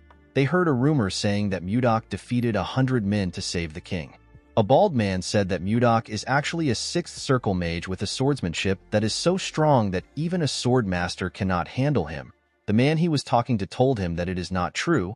He did not see why the king would send someone so powerful there. A man with a huge jacket said that Mudok obviously fell out of favor with Duke Icarus. He slammed his beer on the table. He said that all they heard are simply rumors. The huge man had a bandage wrapped around one of his eyes. He said that our boy will probably run away like the others once they scare him a little bit. In the next scene, we are taken to the mountains in the northern lands. We see a young man and a young lady breathing heavily. They were holding their weapons. The man wondered about where the wyvern was. The moment he said this, a huge shadow covered the girl. It was the wyvern. The huge monster attacked the girl. She managed to block the attack with her axe. The man called out to the girl known as Luia. He quickly ran to her. He asked her if she is all right. The two of them were simply trying to grab some of the wyvern's eggs. They did not know that the monster would chase after them. While she was breathing heavily, she saw something shocking. She saw the wyvern behind Jake. She asked him to look behind him. When the boy turned around, he saw the monster's mouth open. It was about to tear him apart. Jake could tell that it was over for him before the monster could eat him. Someone arrived there. The person turns out to be Mudok. Our boy used his sword to send an attack to the wyvern. The attack cut off its head. Luia and Jake were shocked to see the wyvern's head in front of them. Mudok stood in front of them in his new white clothes. He assured them that things are fine now. Luia helped Jake up. She thanked Mudok for his help. Our boy asked her to not worry about it. He said that he was just performing his responsibility as a lord. Luia did not know what he was talking about. Mudok turned around and told her that he will see her next time. Luia wanted to stop him, but our boy quickly left the area. Luia was shocked to see how fast he was. She did not even catch his movements. Jake noticed something shocking. He told Luia that the wyvern eggs are gone. In the next scene, we are taken to a castle. We see Mudok smiling as he sat on his throne. He did not expect the place to be empty. He asked the man in front of him if the people don't know that today is his inauguration. The man apologized to him. He said that he will send messengers to the village again. Mudok asked him not to do it. He said that it will not change anything. Our boy did not expect them to behave like this today. He now understood why the lords kept getting driven out. He smiled at the situation. He decided to use his own way to take care of things. A few days later, we see the huge man step into the bar. He was shocked to see what was in front of him. All of the men were covered with bruises. He asked them about what happened. He asked them if Mudok did this to them. An older man with a lot of beard said that it was actually our boy. He said that he has to acknowledge Mudok's skills even if he doesn't like him. The bald man said that our boy is quite fast. He said that he couldn't move the moment Mudok touched him. He revealed to the huge man that the pain from our boy's hand technique is indescribable. While they were talking, someone barged in. He said that the scoundrel has arrived. He told them that the scoundrel is in the village square right now. The huge man did not expect Mudok to come there. He said that he will take a look at our boy. The men were happy to see that the greatest warrior of Carolyn was going to step up. They asked the man known as Max to defeat Mudok. At the village square, our boy looked around. There were a lot more people there than he expected. While he was looking around, someone called out to him. The person turns out to be Luia. Our boy was surprised to see her. Before she could move close to him, someone tapped her on her shoulders. When Luia turned around, she saw her father. Her father turned out to be Max. The man asked her about why she is there. Luia told him that she came to look at what was happening because a lot of people were gathered there. Max explained to her that the new lord is there. Luia was surprised to hear about a new lord. She realized that this was why Mudok said that it is his responsibility as a lord. She reminded her father about how she told him that someone saved her when she went to steal the ice wyvern's eggs. Max quickly realized that their new lord saved his daughter's life. This made things complicated for him. He could not fight his daughter's savior. Of course, the real reason he was scared was because Mudok killed the ice wyvern with a single blow. It is a wyvern that is stronger than the regular kind. Even someone as powerful as him could not do something like that. Max realized that he needed to acknowledge our boy. Unfortunately, he couldn't still back down. He stretched out his hand to Mudok and introduced himself as the greatest warrior of Carolyn. Mudok did not shake his hand. He introduced himself as Blizzard. He said that he is the newly appointed baronet of Carolyn. Max told him that he heard that he goes around the village mercilessly beating people up. Mudok said that he was simply teaching those who were trying to rebel a lesson. With a cold gaze in his eyes, he asked Max if he is going to behave like those people. Max told him that he actually has an offer for him. Our boy asked him to tell him his offer. According to Max, Carolyn is an extremely cold place. This is why people have been drinking alcohol to endure the harsh weather since ancient times. The man asked Mudok to have a drinking match with him. Our boy accepted the match. Max asked him to think things through. He revealed to him that the alcohol is so strong that it can burn one's body. Mudok told him that he doesn't care. He told Max that he must recognize him as the Lord and follow him unconditionally if he wins. The other warriors believed that Mudok was insane to make a drinking bet with Max. They referred to the alcohol as finna and said it is impossible to win Max when it comes to finna. With a serious look on his face, Max asked our boy to keep his promise. The scene shifts and we are taken to the bar. We see Mudok and Max sitting together. A large amount of alcohol were poured into huge mugs and placed on the table. Max asked our boy if he is sure about this. He told him that it is not too late to back out. With a smile on his face, Mudok said that he cannot go against his words as a lord. He said that they can start now. Max smiled when he heard this. He asked our boy to not regret what he said. In the next scene, we see Max struggling to keep his eyes open. He was feeling dizzy. His daughter and one of his friends had to tap him to keep him awake. His friend asked him if he is okay. He told him that he passed out for a moment. Max couldn't believe what he was hearing. He couldn't believe that the best drinker in Carolyn passed out. Luia was worried about her father. She asked him to give up. Max brushed it off. He told her that he is not yet drunk. He did not want to accept the fact that he was losing. He grabbed a mug and told Mudok that they should have one more drink. Mudok poured him some drink. He advised the man to not overdo things. Max was shocked to see that our boy was drinking like there is no tomorrow. When he tried to pour Mudok a drink, he poured it around the mug. Our boy asked him to focus on pouring the drink into the mug. Max placed his hand on his head. He wondered about how Mudok was still fine. Our boy asked him if he is going to give up now. Max put himself together and told him that he is good.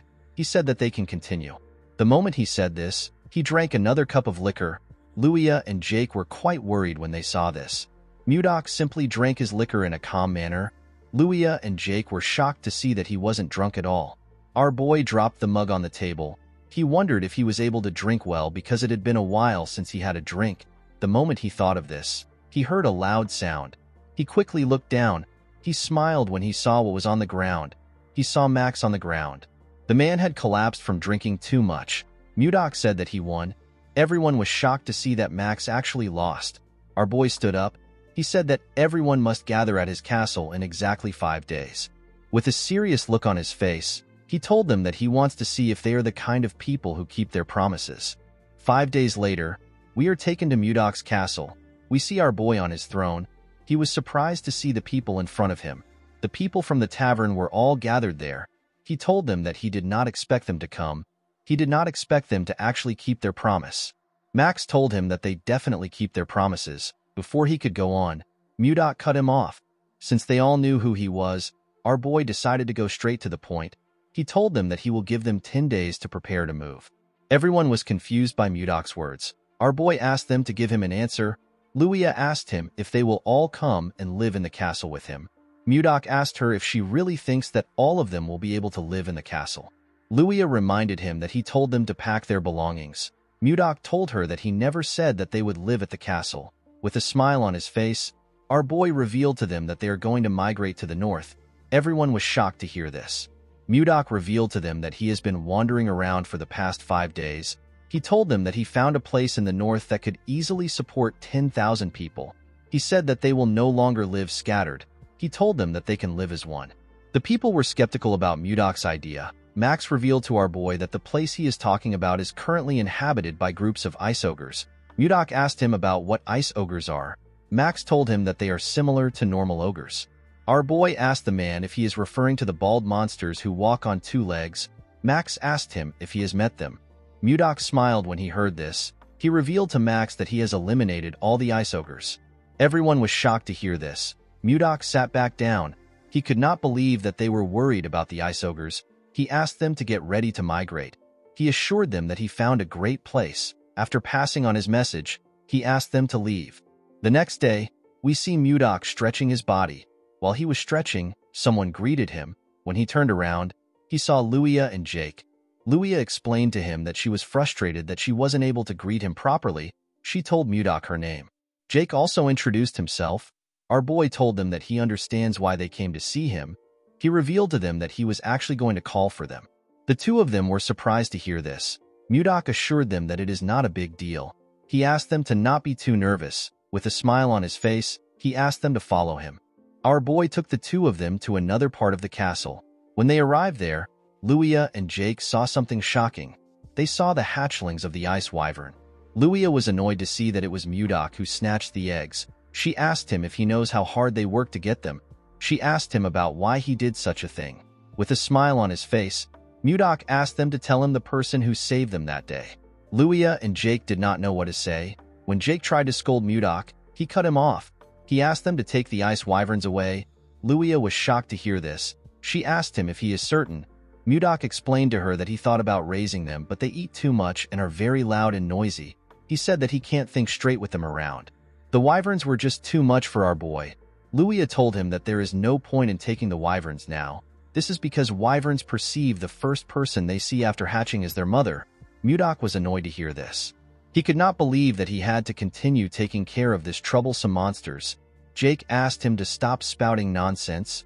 He told him that ice wyverns are precious. Luia explained to him that ice wyverns are larger and stronger than most monsters. She told him that he has the opportunity to raise very powerful creatures. Jake said that he would have properly trained the wyverns and comfortably flew to Texten. Mudok asked him about where Texten is. According to Jake, Texten is located 1,000 kilometers west of Carolyn. It is the second capital of the Gaia Kingdom. It is a place that doesn't lack anything. Mudok asked Jake if they can fly to such a distant place on the wyverns. Jake said that they should be able to reach there and be back in an hour. Our boy was shocked to hear this. He asked Luia to tell him how he can tame the wyverns. She asked him if he has changed his mind. Mudok said that he has. With a smile on his face, he said that he has come up with a brilliant idea. A few days later, the residents of Carolyn began a large migration under Mudok's instructions. While they were walking, Savina ran up to her master. She called out to him. Mudok turned around. The girl informed him that people are having a hard time.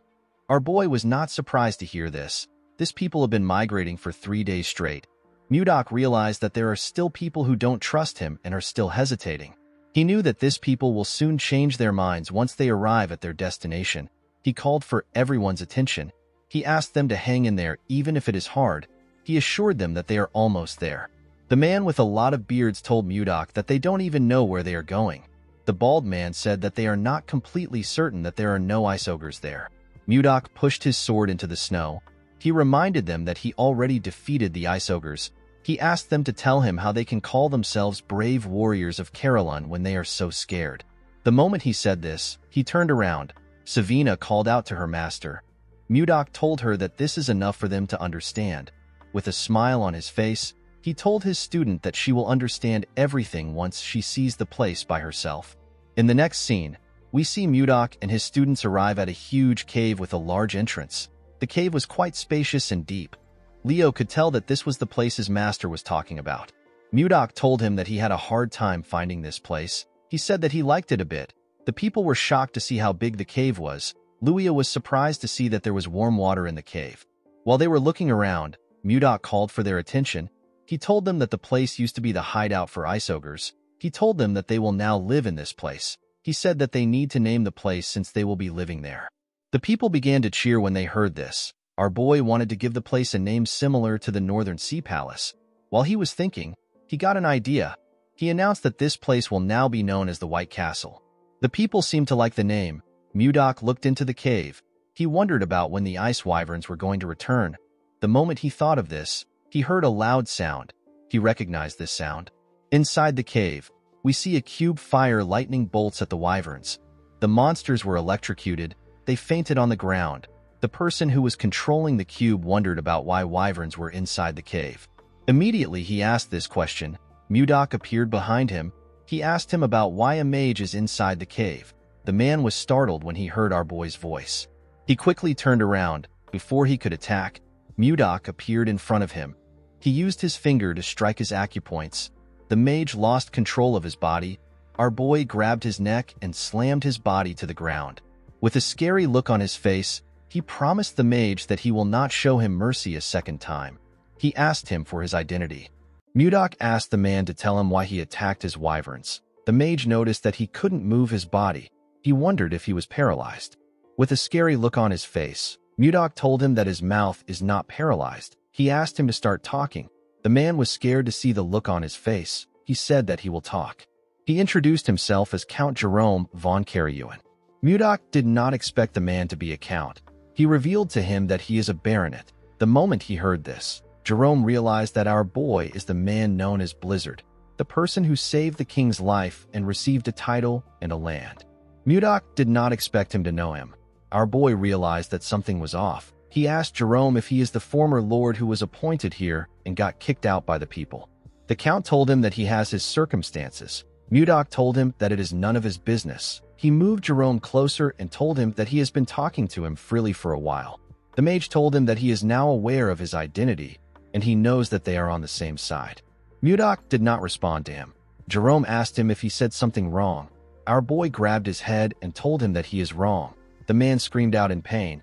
Mudok told him that he does not care about equality. He reminded him that he failed to fulfill his responsibility. He told him that he should have turned down the title. Mudok told him that equality doesn't matter to him.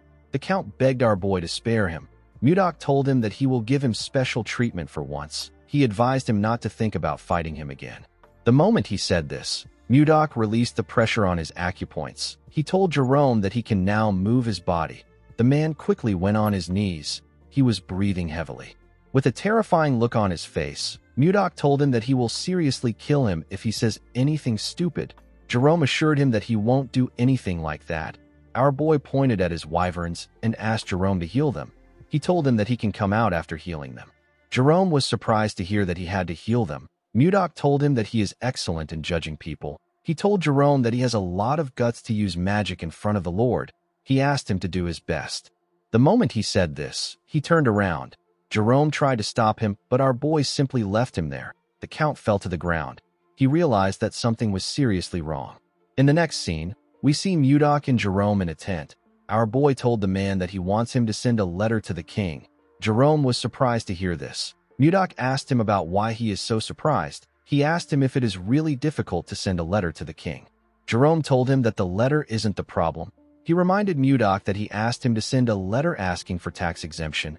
Our boy explained to him that he needs it because the people are doing their best to make a living and they don't have a lot to spare. Jerome revealed to Mudok that the other nobles will be against it. Our boy asked him about why they will be against it. Jerome said that it will seem unfair from the nobles' perspective. If this bill is passed, the nobles will threaten the king by telling him that they won't pay tax either because their circumstances are also as bad as Mudok's own. Jerome told our boy that the king will refuse his request no matter how much he favors him. Upon hearing this, Mudok became more certain that the nobles are the problem of the kingdom and Duke Icarus is the one controlling them. He asked Jerome to suspend the idea. The Count was relieved to hear this. Mudok moved close to him and shared another idea with him. Jerome was surprised to hear his idea. He asked Mudok if this is possible. Our boy told him that it is not impossible. Jerome said that it might work because it is the same case. Mudok told him that they need to get ready without delay. In the next scene, we see the citizens gather in another part of the cave. Jake asked someone if he knows why their lord suddenly gathered them. Before the person could reply, Mudok asked if everyone is already gathered there. Everyone quickly turned to him. Luia told him that she came armed as instructed. She asked Mudok about why they are gathered there. Our boy said that he will explain now. He ordered everyone to hunt down ice wyverns. He told them that their goal is to get the eggs of the ice wyverns. The warriors were surprised to hear this. They knew that it wasn't easy to get the egg of an ice wyvern. Mudok explained to them that they will create groups filled with 30 people for the sake of their safety. He asked them to focus on getting at least one egg in each group. Jerome gave the warriors papers to show them which team they belonged to. Mudok announced that the team that brings back the largest amount of wyvern eggs will receive 100 gold. The warriors were shocked to hear this. An elf said that he has never imagined getting this amount of money in his life. Jake asked Mudok if he will really give them this kind of reward for the eggs. Max asked Mudok if he will really pay them 100 gold for the eggs. Our boy told him that he never makes a promise that he can't keep. He asked the warriors of Carolyn if they are up to the task. The warriors began to cheer. They asked Mudok to leave it to them. While they were cheering, Mudok ordered Jerome to follow each team for 10 days and keep an eye out for useful people. He said that he will use this people for different tasks later. Jerome asked Mudok if he is thinking of creating a knight's order. Our boy turned to him when he heard this. The man wondered if he said something wrong. Mudok realized that Jerome is a very useful person. Even though he gave him a job when he just joined them, the man has been performing his tasks well. He was also able to see through our boy's intentions from the few things he said. Mudok told Jerome that he is right. He said that he heard that there should be one night order for the Lord. Jerome told him that he is right. He told him that he needs it a lot because the Lion Knights of the Icarus Duchy are especially powerful. They are so strong that they wouldn't lose even if they fought against the Royal Knights. Mudok smiled when he heard this. He asked Jerome not to worry. He told him that they will soon be the best. Our boy decided to create a unit that is much bigger and stronger than the Snow Ice unit because he didn't want to lose Wayan twice. With a smile on his face, Mudok ordered the warriors to begin the hunt. In the next scene, we see a group chasing a wyvern. Mudok ordered them to attack now. Immediately, he gave the order. Luia, Jake, and the elf jumped down from a cliff. Luia fired her arrows at the monster. Jake used his axe to cut off its tail. Max covered his hand with his energy and used it to hit the monster's head. He asked the second unit to throw the net. The warriors quickly threw the iron net at the monster. The net covered the monster's head and dragged it to the ground. Mudok told Jerome that it is going pretty well. The man said that they have been hunting for days. He said that their hands and feet are already in a perfect sync. Jerome found our boy's idea to be bold. He never thought about stealing the eggs of the ice wyvern and taming it while it is still a baby. If everything goes well, they will be able to transport and sell hunting loots like leather and bones to distant cities with the help of the ice wyverns. Mudok asked his warriors to cheer up. He reminded them that they will be able to get a great reward if they bring back a lot of eggs. The warriors became motivated when they heard this. They decided to continue hunting. Jerome found it amazing that our boy united the uncontrollable Carolyn warriors into one. He could not believe that they were hunting monsters together. While they were watching the warriors, they saw one of them behead a wyvern at a crazy speed. The monster didn't stand a chance. The man's teammates commended him for this. They referred to him as Gale. Our boy was also impressed by his skill. He asked Jerome about who the man is. Jerome opened his book to see his name. He told Mudok that the man is known as Shuart Gale. Mudok believed that the man is famous since he has a nickname. Jerome told him that he is correct. He said that Gale is the hero of the commoners. He raids evil noble houses and gives the raid loot to the poor. Mudok asked Jerome to tell him why a guy like this is here. Jerome revealed to him that Gale was once caught in a trap. He was imprisoned, but he escaped from the prison and wandered all the way here. Mudok could tell that the man was a decent person from the way he interacted with the locals. He asked Jerome to report back to him if he finds anyone else who escaped from prison besides Gale. He told him that they might find another useful person. The man could not believe that his work had increased again. In the next scene, we see Mudok addressing the warriors in the cave. He commended them on their efforts in hunting the ice wyverns. He said that they have collected enough wyvern eggs. He assured them that he will give them the rewards he promised. The warriors began to cheer when they heard this. Max raised his hand to ask Mudok a question. Our boy asked him if something is wrong. The man said that he would like to know why he ordered them to get the wyvern eggs. Mudok realized that everyone was probably wondering why he asked them to gather wyvern eggs. He reminded them that ice wyverns recognize the first thing they see when they hatch as their mother. He said that he wants to tame the monsters using this method. He revealed to the warriors that he plans to use the tamed ice wyverns as transportation. The loaded wyverns will transport their goods to each country. Someone asked Mudok about which goods they will be selling. Our boy said that the first thing he can think of is leather. With a smile on his face, Mudok told them that their main product will be the Ice Ogre tribe. Max and the other warriors were shocked to hear this. Max asked his lord if he is planning to kill them. Luia said that she is not yet ready to die. Mudok ordered his warriors to calm themselves. They quickly closed their mouths. Our boy asked them to tell him the person who wiped out the ice ogre that had been lurking around this white castle not too long ago. The men told him that it was him. Mudok told them that they are correct. He asked them if they really believe that he is going to allow them to become an ogre's food. The warriors realized that things are different from before. They believe that things will work out with their current lord. Mudok asked them if they are interested. The warriors shouted that they are. Our boy told them that he will give them the rewards like he promised. Before he could say anything else, one of his disciples ran to him. The boy called out to him. Mudok told Leo that he is still talking. He asked him about what is happening. Leo apologized to his master. He told him that it is something urgent.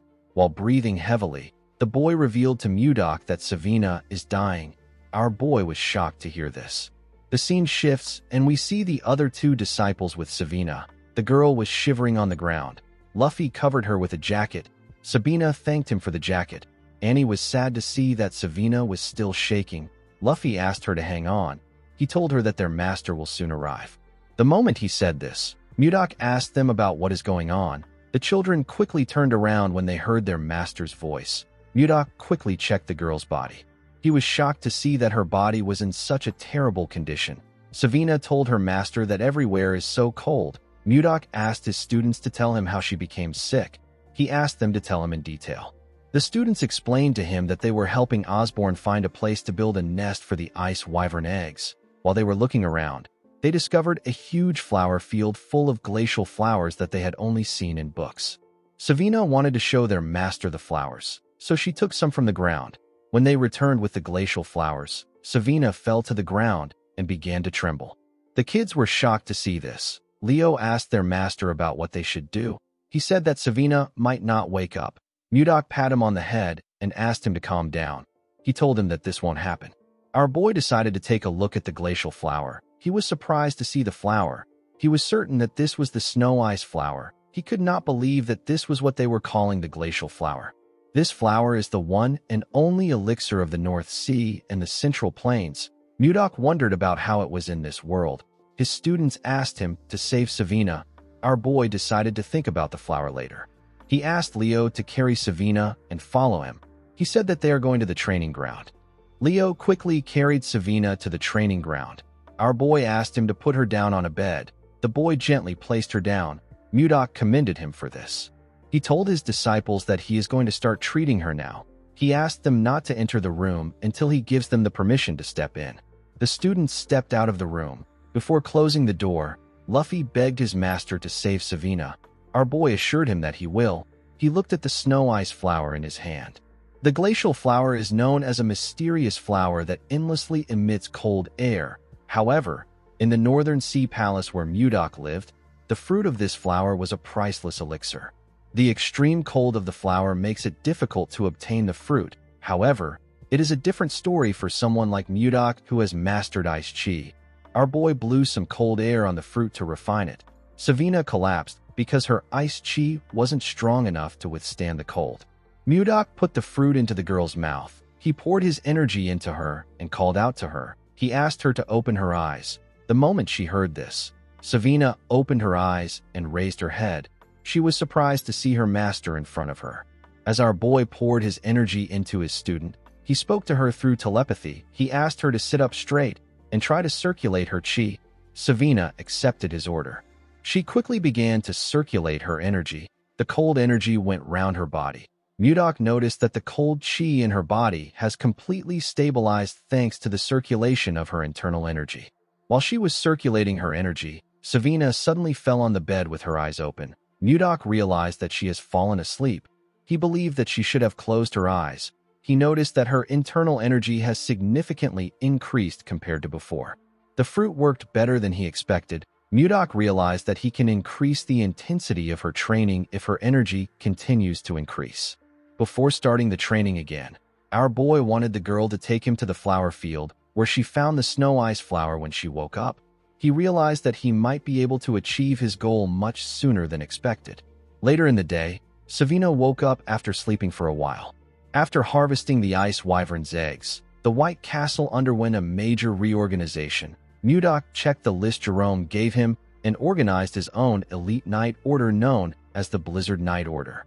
He promised to raise the warriors as powerful men that belonged to the Blizzard Knight Order. Schuart was appointed as the captain of the order. Mudok created a school and a hospital in this new place. He also created restaurants, bars, and clothing stores.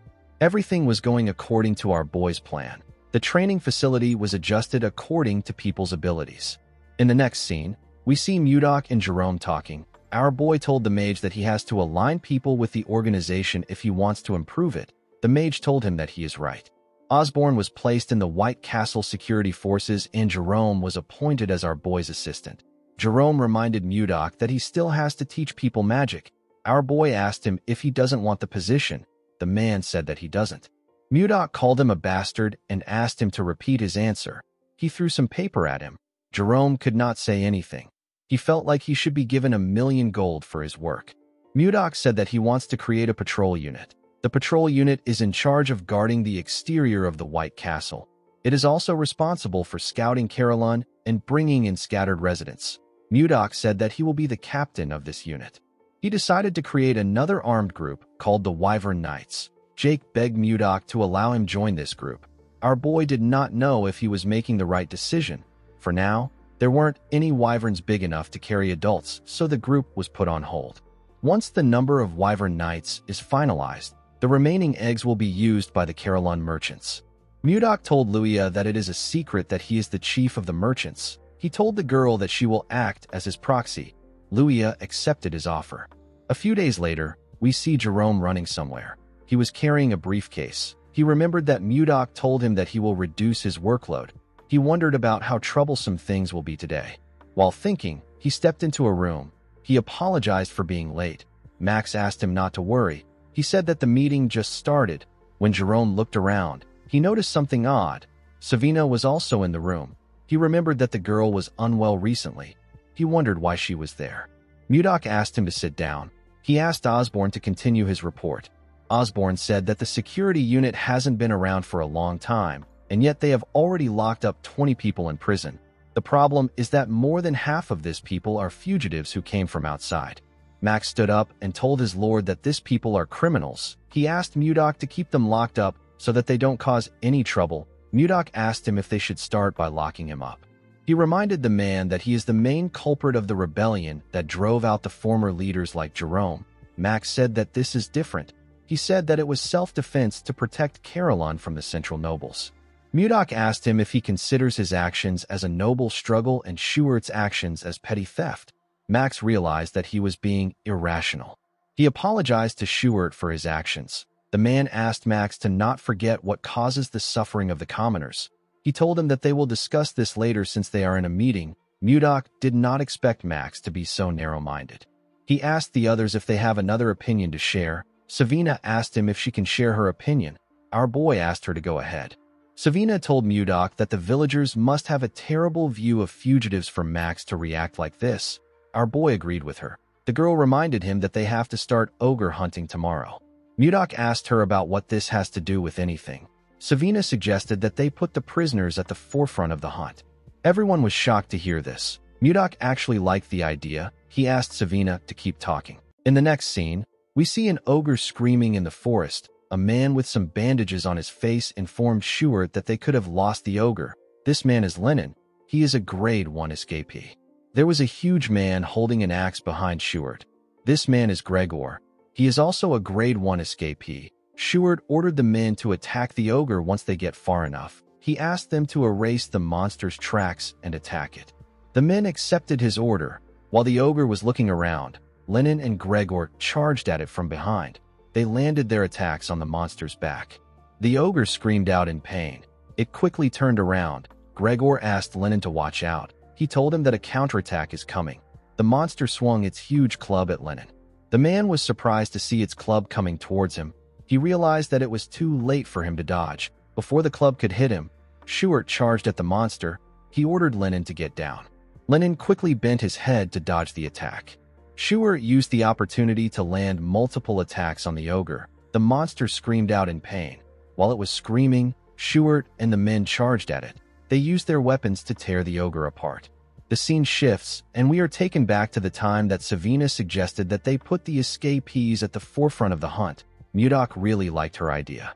Osborne asked her if she wants to send them to the front lines and get rid of them. He told her that her plan is very extreme. Savina shook her head. She explained to the man that it will be much more humane than locking them up in prison. She reminded him that her master is going to join them. She told Osborne that her master is not someone who discards manpower so easily. With a smile on her face, Savina told the men that people's perceptions of the escapees will start to change once they fight with them. The scene shifts, and we are taken back to the present. We see the rest of the group arrive to the hunt. They were all looking at the ogre that Schuert caught with the men. Schuert asked Lenin if he is okay. The man said that he can still manage even though it was close. With a smile on his face, a man told the captain that Lenin is bluffing again. Lenin told the man that he barely dodged the attack. He told him that it was like the time he threw his pickaxe at the prison staff and got slammed. The man asked him to stop joking around. Gregor placed his hand on his friend's shoulder and told him that they got a hefty reward. He told him that they need to celebrate with a round of drinks. Lenin told his friend that they need to take this chance to make a fresh start. He told Gregor that he won't pay no matter how he tries to sweet-talk him. Gregor laughed when he heard this. He told his friend that he got smacked too hard. Mudok smiled when he saw how they interacted with one another. He could tell that they have built up their teamwork through cooperation. He couldn't believe that his disciple thought of this idea. He realized that he made the right choice by accepting her as his disciple.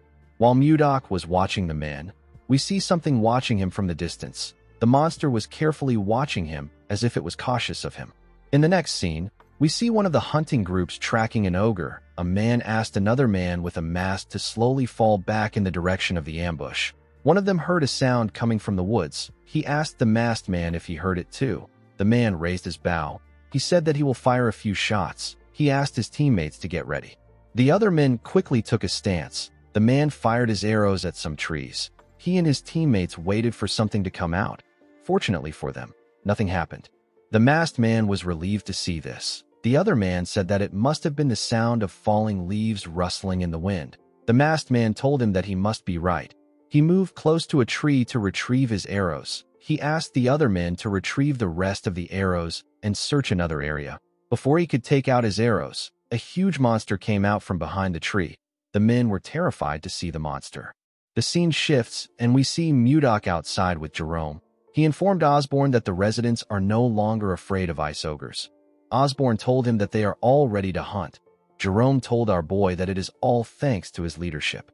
While looking at the corpse of an orc, Mudok ordered Jerome to make sure that no one moves ahead without orders. Jerome accepted his orders. Mudok asked him if the conditions of the other monsters is still being investigated. Jerome told him that there is still more data that needs to be organized. While they were talking, we see one of the men that encountered the monster talking to Osborne. The man was using a stick to support himself. He informed Osborne about what happened. Osborne asked him if the men are unharmed. The man informed him that the men are not dead. They were simply injured. They are currently being treated at the infirmary. Mudok asked Osborne if something is wrong. The man revealed to him that something serious has happened. He explained to our boy that a new monster has appeared, and it is different from the ice ogres. Our boy was surprised to hear this. The wounded man explained to Mudok that two of their members who went to investigate monster activities were attacked by the monster. Mudok asked the man if he is certain that it wasn't an ogre. The man assured him that it was a different species. Our boy asked him to describe it. The man told him that the monster's body was covered in white fur, and it was incredibly huge. It was over 3 meters tall. He told Mudok that ogres are stupid. This monster was way more intelligent than them. While the man was talking, something screamed in the forest. Mudok immediately told Jerome that the hunt is over. Jerome asked his master if he plans on going by himself. Our boy told him that he has to do it himself. He asked Jerome and Osborne to follow him once the area is secure. The men accepted his order. Mudok ran into the forest at a crazy speed. He realized that he knew this monster that the man described. He was certain that he had heard an explanation from Edmund before. He remembered the time Edmund asked him if he was a Yeti. While Mudok was running, he activated a skill known as Mind's Eye and used it to scan the forest. He quickly found the monster he was looking for. Our boy landed on a tree. He took out his sword and charged at the monster. The monster became terrified when it sensed someone coming towards him. He quickly raised his hand to block our boy's attack. He was able to block it with his thick fur. Mudok was barely able to cut him. He noticed that his attack bounced right off the monster. He could tell that his body was very tough. Now that our boy was looking at it, he became certain that this monster is a Yeti. Mudok noticed that the Yeti that was roaring earlier was now frozen stiff like a scared wildcat. Due to the way the monster reacted, our boy realized that it could sense the weight of his martial power. The look in his eyes shows that he is scared. Mudok considered sparing the Yeti out of curiosity, but he couldn't keep someone who harmed his people alive. Our boy raised his sword and asked the monster to be born as a human in his next life. He jumped and charged at the Yeti. The monster was scared to see him coming towards him. He covered his hand with an unknown energy before Mudok could strike him. When Mudok's sword got close to the monster, it destroyed everything around him and cleared the area. Our boy believed that he had won the fight, but he was wrong. When he looked at the ground, he didn't see anything there. He recalled that the Yeti suddenly emitted a light and vanished along with his energy just before it was struck down. Our boy wondered about the kind of magic the Yeti used. He recalled that the light was green. He remembered that he heard something about this from Luffy when he first came to this world. Mages of the 5th circle or higher can use space travel magic called teleportation. Most mages stay at the 1st or the 2nd circle. Mudok understood that the 5th circle must be something between the transformation realm and the profound realm in the cultivation world. He could not believe that a monster covered in white fur used such an extraordinary magic. Of course, this didn't really matter to Mudok. Even if it was spatial movement, our boy could still catch up to it. He turned around and fired his energy in the direction of the monster. He tore through the forest with his ice chi. Unfortunately, the Yeti still escaped. Mudok did not expect a big monster like that to run off like a rat. He could still sense the Yeti's presence nearby. Even though it was teleporting, it couldn't get very far from our boy. Mudok could tell that the monster was about 1.5 kilometers away from him. While looking around, our boy felt something. He carefully placed his leg on a tree. He sensed a cave below. When he arrived at the entrance of the cave, he saw something shocking. He saw a huge library. He could not believe that there is a library in the middle of this snowy field. While he was looking around, he found the Yeti behind a shelf. He told the monster that he should make some efforts if he is going to hide. The Yeti begged him not to come closer. Mudok assured him that he is not going to eat him. He asked him to calm down. He asked the Yeti if he is a human. The Yeti told him that he isn't. He said that he is a great warrior of horse. He told him that his name is Condal. Our boy wondered if he had heard about a warrior of horse. Jerome appeared behind him and told his master that it is a term that means Yeti. Mudok commended Jerome on finding this location. The mage informed his master that there were signs of destruction nearby. He told him that something like that would be impossible for anyone except his master. Jerome thought that a natural disaster occurred when he saw what his master did.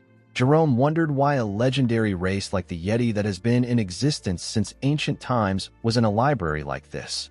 Mudok said that he was about to ask Condal about it. He hit his hand on the wall and asked Condal to tell him where he came from. Condal didn't say anything. With a look of anger on his face, our boy asked him if he is trying to run away again. He released his ice chi and asked Condal to speak quickly. He told him that he is not a very patient person. Condal became scared. He revealed to Mudok that he is from Gulag. Our boy asked him if Gulag is his village. Condal nodded his head.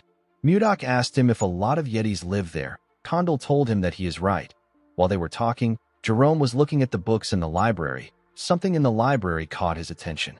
Mudok asked Condal to tell him why he killed his people. With a scary look on his face, he asked him to choose his answer carefully. Condal told him that he didn't kill anyone. He used his hand to beat his chest and told our boy that he is a great warrior of horse. He said that people don't die after getting hit by his bat. With a serious look on his face, Mudok asked him if he is telling the truth. Condal looked into his eyes and told him that he is. While looking through the books, Jerome told his master that Condal is telling them the truth. He said that the two men only sustained injuries. There were no deaths. Mudok recalled that the man said that the men were in the infirmary. He realized that no one actually said that someone died. Condal told him that he drove the humans out because they entered the sanctuary first. He said that he would never attack first. Mudok told Jerome that the men must have trespassed into the Yeti's territory while they were hunting the ice ogres. The man told him that he is right. Our boy realized that Edmund gave him the wrong information about Yetis. He called Condal Kongdao and asked Jerome to heal his injuries. Jerome corrected his master on his pronunciation of the Yeti's name. While Jerome was healing him, Mudok called out to Condal. With a smile on his face, he asked Condal to tell him where his sanctuary is. He told him that he will firmly warn his people so that they don't trespass again. Condal was very happy to hear this. With a scary look on his face, Mudok told Condal that he has been speaking informally to him the whole time. He asked him if he doesn't know how to use honorifics. The Yeti did not know what honorifics meant. Mudok asked him to forget about it. He didn't see the point in taking it serious with someone who couldn't speak properly. Jerome informed his master that the treatment is complete. Our boy told him that they need to return now. Jerome called out to his master. Mudok asked him if something is wrong. Jerome told him that he has a request to make. The scene shifts, and we are taken to Barhan. We see Edmund ask Charles to tell him the amount of time that has passed since the promise date. The man told him that it has been 3 months. Edmund called out to his assistant again. The man turned to him. Edmund fell to his knees and said that their merchant association is finished. Edmund told his assistant that Mudok made him a promise. In his very stupid imagination, Mudok held his beard and asked him to hold on for 3 months. He told him that he will send someone. Henry wondered if there was such a romantic mood in the air when Mudok was speaking to his leader. Edmund began to cry. He told Henry that he has not received any word from our boy. Henry asked him to calm down. He told him that Mudok isn't someone who would break his promise. While he was talking, he noticed that a huge shadow covered him and his leader. Edmund and Henry quickly looked up. They were shocked to see a wyvern coming close to them. The two of them quickly moved back. When the wyvern landed, Edmund heard a voice call out to him. Edmund immediately recognized this voice. When he looked at the wyvern's back, he saw Savina. With a smile on her face, the girl told the man that the ice has arrived. Edmund was extremely happy to see a huge bag containing ice. He said that he knew that Mudok would come through. Henry was shocked to see Savina getting off the ice wyvern. It is a monster whose strength rivals an entire night squad. He couldn't believe that they were using this powerful monster for ice delivery. He wondered about what our boy was doing in the north to be able to control an ice wyvern. While looking around, Savina remembered something. She stretched out her hand to give Edmund a letter. She told him that her master asked him to give the letter to a certain person. Edmund smiled when he heard this. He knew who Mudok was talking about. The scene shifts, and we are taken to the palace. We see Princess Ishilda drinking tea outside. She was drinking it with someone. The boy thanked her for accepting his invitation. He told her that she grows more beautiful with each passing day. Ishilda thanked Justin for his compliment. He took a sip of his wine. He realized that the princess is still as cold as ever. She wasn't even giving him a fake smile for formalities. Justin believed that it wouldn't be fun if the princess gave in too easily. He was certain that he could change her indifferent behavior. While he was thinking, a maid rushed to meet the princess. She told her about something. Ishilda screamed out when she heard that she received a letter from Mudok. Justin stood up and spat out his drink when he heard this. The maid informed Ishilda that the letter is in the study. Ishilda quickly stood up and asked the maid to follow her. Justin asked the princess if she is already leaving. He reminded her that he rushed here in the morning to see her. With a cold look on her face, Ishilda told him that she heard that he trained so much that even a day isn't enough. She asked him not to waste his time. She asked him to head back to his house. She turned around and asked the maid, whose name is Lenshia, to follow her. Justin grit his teeth when he saw this. When he saw how beautiful Ishilda's hair was, he became enraged. He slammed his hand on the table and called Mudok a bastard. The scene shifts, and we are taken to Ishilda's study. We see her reading the letter. Our boy asked her about how she has been. He told her that he has been doing well thanks to her lucky charm. Ishilda blushed when she remembered the kiss. Mudok told her that the northern lands is a nice place to live in.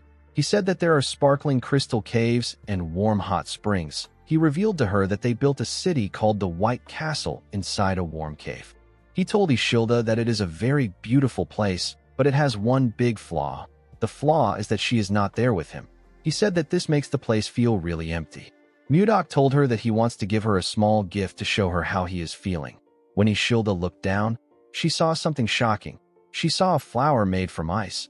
She held the flower close to her chest. She wondered why she was always thinking about our boy. She took a look at the flower again and made a decision. She decided to meet Mudok directly. The scene shifts, and we are taken to the White Castle. We see Mudok making an ice flower. He was wearing a white fur coat. The flower broke in his hand. He found it odd that he was good at smashing things, but it was difficult for him to make delicate items like this. While he was thinking, Jerome ran to him. He called out to his master. Mudok asked the mage to tell him why he is making such a fuss. He asked him to tell him what happened. Jerome told his master that he needs to come to the office right now. He said that he has made a huge discovery. He told Mudok that it is a once-in-a-lifetime event. Mudok asked him to calm down. He told him that he will follow him. He poured the ice shards on the numerous ice shards next to him. Those were the ice shards from the previous ice flowers he tried to make. At the office, Jerome revealed to our boy that the library he found belongs to an ancient mage. Mudok acted surprised. He asked Jerome to tell him what the big deal is. The mage told his master that his reaction is too poor. He explained to him that this is a huge discovery. He told Mudok that it is a relic of ancient humans, a key to reviving lost magic and a stepping stone to break past the fifth circle. Mudok didn't really care. He noticed something odd. He turned to Jerome and told him that he is sensing something intense coming from his waist. Jerome was shocked to hear this. With a shaky tone in his voice, he told Mudok that it is not important. He said that he didn't report it because it was worthless. Mudok used his chi to drag a bag out of Jerome's clothes. Jerome became scared. With a smile on his face, our boy told the mage that he needs to see it since he is trying so hard to hide it. When he opened the bag, he found something odd inside. He found some shiny rocks inside the bag. Jerome explained to his master that he wasn't trying to hide the stones. He told him that the stones are filled with condensed mana. They are called mana stones. Mudok asked Jerome to tell him what he wanted to use the mana stones for. Jerome gathered his mana and revealed to Mudok that he is currently a fourth circle mage. He has nearly reached the fifth circle, but he hit a wall that has been holding him back for a while. He told Mudok that he believes that a mana stone might help him overcome it. Our boy understood that it wasn't easy for him to surpass his current level. He told Jerome that he understands how he feels. The mage thanked him for this. Mudok revealed to him that he will not allow him to use the mana stones. Jerome was annoyed to hear this. He explained to Mudok that increasing his power will benefit the White Castle. He begged our boy to allow him use it. Mudok denied his request. He explained to him that he might be able to break through his wall with the mana stones now. He asked him about what he will do after that. He asked him if he will start searching for another mana stone again. Our boy told Jerome that this isn't important when stepping into a new realm. The important thing is the efforts he makes to gain true understanding. Mudok explained to him that growth comes from time and effort. It has no shortcuts. Jerome clenched his fist and released it. He realized that his master was right. He recalled that he reached the fourth circle with his own efforts. Jerome remembered someone telling him that magic isn't something he can learn in a hurry. The man told him that he will be able to understand what magic is as he slowly progresses. Jerome told Mudok that he started forgetting his grandfather's words without realizing it. Mudok was relieved to see that Jerome understood him. He was already ready to beat his intentions into him. He asked Jerome to tell him what they can use the stones for apart from increasing his ability. The mage revealed to him that it can be used in almost every magic. It is extremely versatile. It can be used in mana amplification, barrier shields, and even communication spells. Mudok was shocked to hear this. He asked Jerome if a person can communicate without a mage with the mana stones. Jerome told him that he is correct. He explained to him that someone without magic can communicate with it, as long as he casts communication spells on the mana stone. He told Mudok that this is a high-quality mana stone. They can use it to communicate all the way to the Zeba Empire across the sea. Our boy picked up a cup and asked Jerome if he knows the most important thing in governing a country. Jerome said that he is not sure. Our boy revealed to him that it is the speed of information. He told him that the country that gathers and delivers information faster can change the game. He ordered Jerome to turn all the mana stones into communication stones. The scene shifts, and we are taken outside the White Castle. We see Mudok, Jerome, and Osborne standing outside.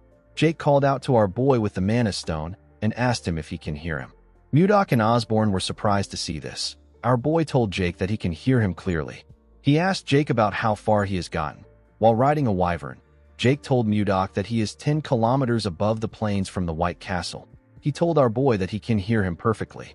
Mudok was happy to see that the signal did not have any interference. He said that the communication stones test is a success. He announced that they will use the communication stones to stay in contact from now on. The moment he said this, he heard Jake saying that the wyvern is amazing. Jerome and Osborne became worried when they saw that the boy interrupted their master. He asked the wyvern to do a triple spin nosedive. Our boy was annoyed to hear the boy's voice. He ordered him to come back. He squeezed the communication stone and ordered Osborne to increase the training intensity when Jake returns.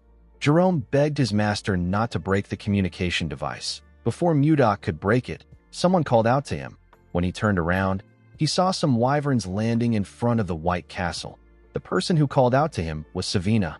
The girl told him that she is back. Mudok was happy to see her. He asked her to come in. In the next scene, we are taken to the meeting room. We see everyone seated. All of them now had new white uniforms. Mudok was reading a letter in the room. Savina asked her master if there is something wrong with Edmund's letter. Mudok told her that there isn't. He revealed to her that he asked Edmund to send him information about the political climate of nearby countries. He said that Edmund talked about it in great detail. Mudok noticed that a particular name was mentioned a lot of times in the letter. The name is Anos. The name felt strange to Mudok. He asked the people there if they know anything about Anos. Schuer was surprised to hear the name. He told Mudok that he has never seen Anos himself. He said that people say that he is a grand sword master. Everyone was shocked to hear this. Mudok didn't know how to react. The members could not believe that there was someone more powerful than a sword master. They thought that there wasn't a single person on the continent that was above a sword master. With a terrifying tone in his voice, Mudok ordered his men to keep quiet. Everyone quickly shut their mouths. They were all scared. A grand sword master is at the realm of harmonization in the Central Plains. Someone in the realm of harmonization would be able to create a sword manifestation. Mudok was disappointed when he found out that there were only 10 people who could use sword aura in this world. To a warrior like him, a life without worthy opponents is very dull. He could not believe that a master of the harmonization realm has shown up. Even though the person wouldn't be a match for him, our boy was still excited. He wanted to meet the strongest person in this world. Shuart told Mudok that he heard something unusual about Anos. He revealed to his master that people say that when he uses his swordsmanship, a plum blossom scent follows. Mudok was shocked to hear this. He knew about a swordsmanship that releases the scent of plum blossom. He knew that only people of the Manhwa sect are capable of using such techniques. A realization dawned upon Mudok. He realized that someone else from the Central Plains might have crossed into this world. The scene shifts, and we are taken to the time when Mudok unified the Central Plains. We see him trying to touch a plum blossom with his hand. He told someone that the Manhwa sect uses a sword technique that gives off the scent of plum blossom. Mudok told the man who he held up with his ice that his swordsmanship is impressive. He told him that he simply chose the wrong opponent. The man's name is Zhang Pengjin. He is the head of the Manhwa sect. Pengjin grit his teeth and called our boy a bastard. He told Mudok that the outcome would have been different if his disciple was here. Mudok asked him if he is referring to the disciple that ran away a few days ago. Pengjin told Mudok that his disciple didn't run away. With a look of anger on his face, he said that his disciple suddenly disappeared during his secluded training. It was as if he vanished from the world. At the time, Mudok thought that this was a ridiculous excuse, but after coming to this world, our boy began to believe what Pengjin said. He wondered if Pengjin's disciple is actually Anos. Jerome asked Mudok if this is everything the letter said. Our boy told him that there is nothing really important in the letter. He told his cabinet that he was told that the kingdom sent an inspection team. Everyone was shocked to hear this. Jerome asked Mudok to tell him if something is wrong. Mudok did not understand why he was panicking. He asked him if it is a big deal. Jerome told him that it is. He explained to Mudok that there are only two reasons why an inspection team visits. It is either a royal sightseeing trip or the capture and execution of traitors. Jerome believed that they needed to be prepared. He asked Mudok about when the inspection group is coming. Our boy raised his hand and pointed outside. Jerome quickly turned around. Mudok told him that it is currently 1 p.m. He said that the group has already arrived. Outside the palace, we see a large amount of soldiers waiting. Jerome and the others were shocked to see the amount of soldiers that came. They even saw some knights among them.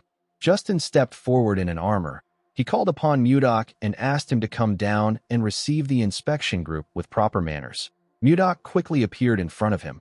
He greeted Justin and asked him if his arm is now better. Justin was annoyed to see our boy mocking him. Members of Mudok's group were surprised to see him on the ground. They did not know how he was able to quickly get there. Jerome wondered about what his lord was thinking. He did not know if our boy was going to kill them and commit treason.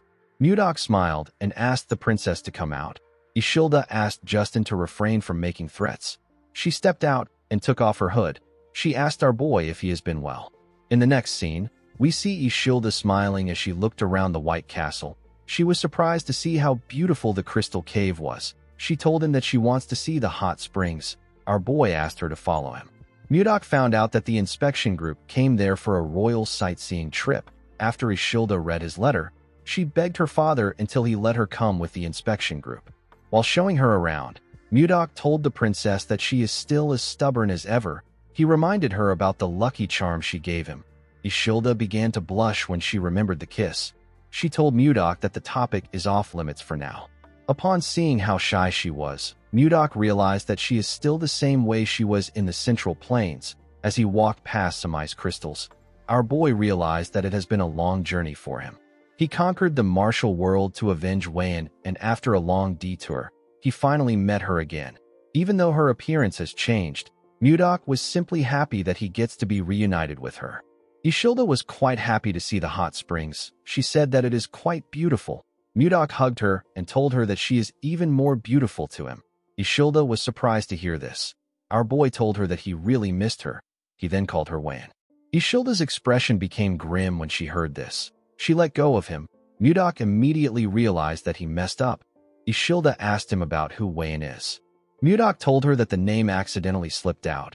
Ishilda explained to him that she likes the way he looks at her. She could feel affection from the gaze in his eyes. She said that she just realized something today.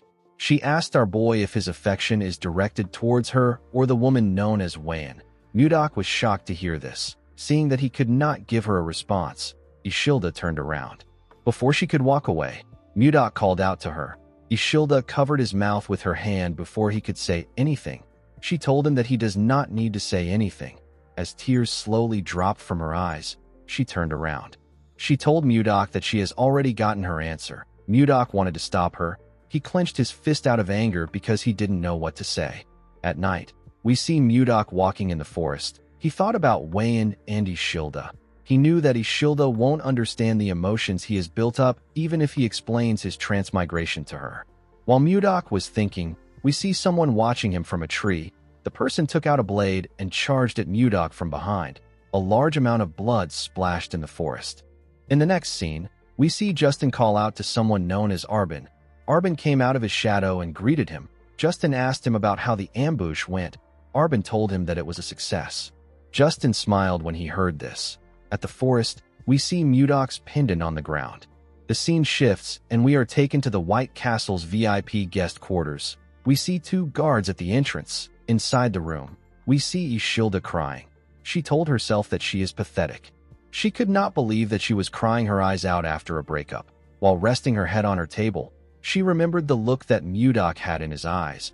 She told herself that Mudok is so foolish. She wanted him to try holding her back. At the entrance, we see someone walking up to the guards. The guards informed Ishilda that she has a visitor. Our girl's mood quickly changed when she heard this. She believed that it was Mudok. She quickly got dressed and opened the door for the person. Ishilda asked him about why he came there so late at night. She asked him if he came to apologize for earlier. The moment she said this, Ishilda saw something shocking. The person in front of her was holding a sword covered in blood. The person had used his sword to stab Ishilda's guards. The person turned out to be Justin. With a creepy smile on his face, the sadistic bastard asked Ishilda to pardon his late-night visit. Our girl was shocked to hear this. She quickly rushed to grab the handle of the door. Before she could touch it, Justin used his sword to cut it off and destroy the door. Ishilda was sent flying. She could not believe that the door got torn apart easily. She realized that this was a sword imbued with magic. She asked Justin to tell her the reason for his rude behavior. She asked him to tell her why he attacked the royal guards and entered her chambers without her permission. Justin told her that anyone who dares stand in a noble's way must be ready to face the consequences of their actions. He moved close to Ishilda and told her that she is the one being rude. He told her that she ignored his feelings and held on to some guy who appeared out of nowhere. Ishilda asked him to repeat what he said. She could not believe that he did all this over something so petty. She told Justin that Mudok won't sit back and let him do as he wishes. Justin found it funny that she still thought of Mudok even in her current situation. He told Ishilda that our boy is dead. The girl was shocked to hear this. Justin revealed to her that he sent an elite assassination squad after our boy.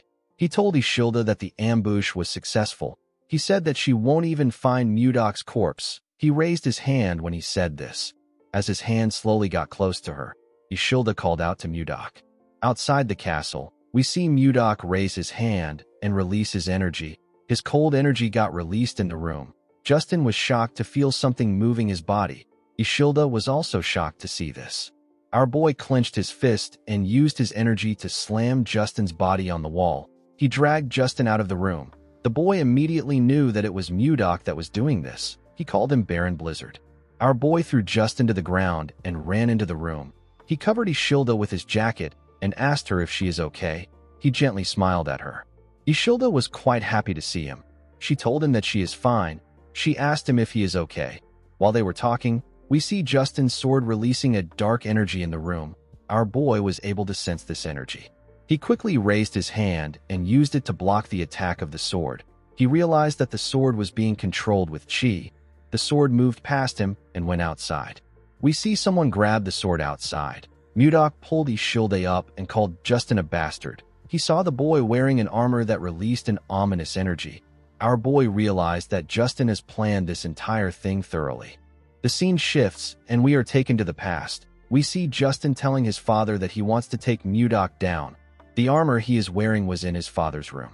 Justin asked his father to lend him his personal assassination squad. He knew that the assassination squad was strong enough to kill anyone. Duke Icarus grabbed the sword which was on the armor. He told his son that his personal assassination squad won't be enough. The armor disappeared and went into the sword when he said this. The Duke told his son that he will need to prepare thoroughly if he wants to kill Mudok. The scene shifts, and we are taken back to the present. We see Justin holding the magic sword that moved freely with the user's mana and creates a magic armor. Justin swung his sword and released a huge attack at Mudok. Our boy quickly pushed Ishilda away to protect her. The attack destroyed the building. Justin believed that he could defeat a grand sword master with this sword.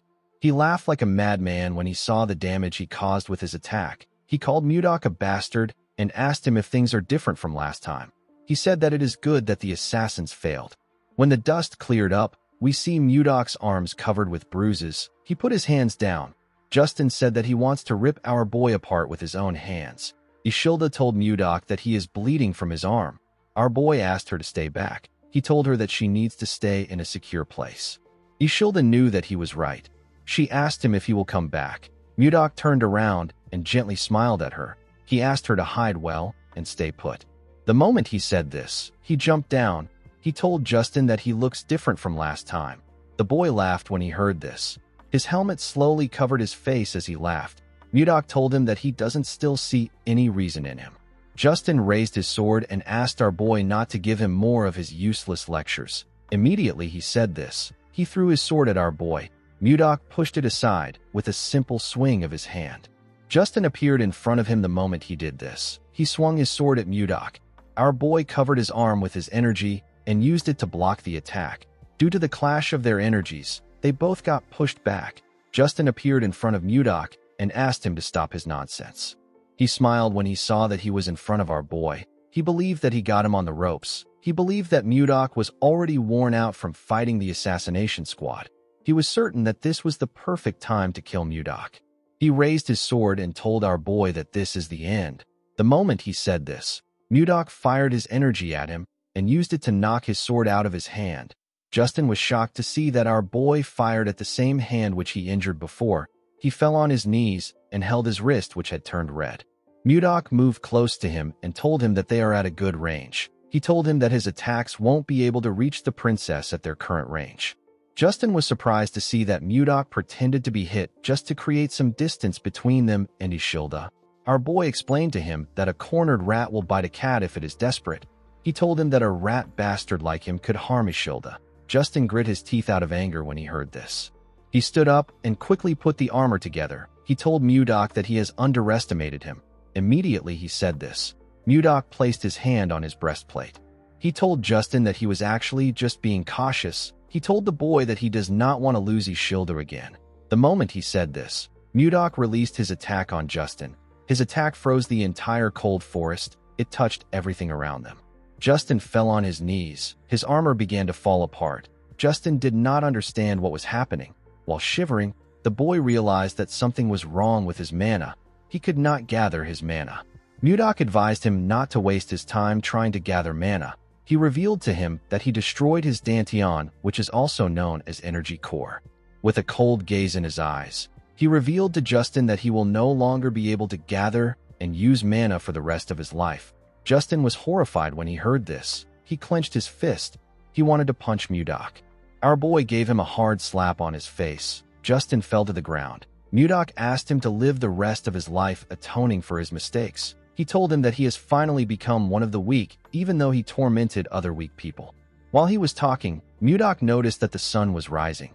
He used his hand to cover his face. He seemed to be happy to see the sunrise. He said that he has wasted too much time.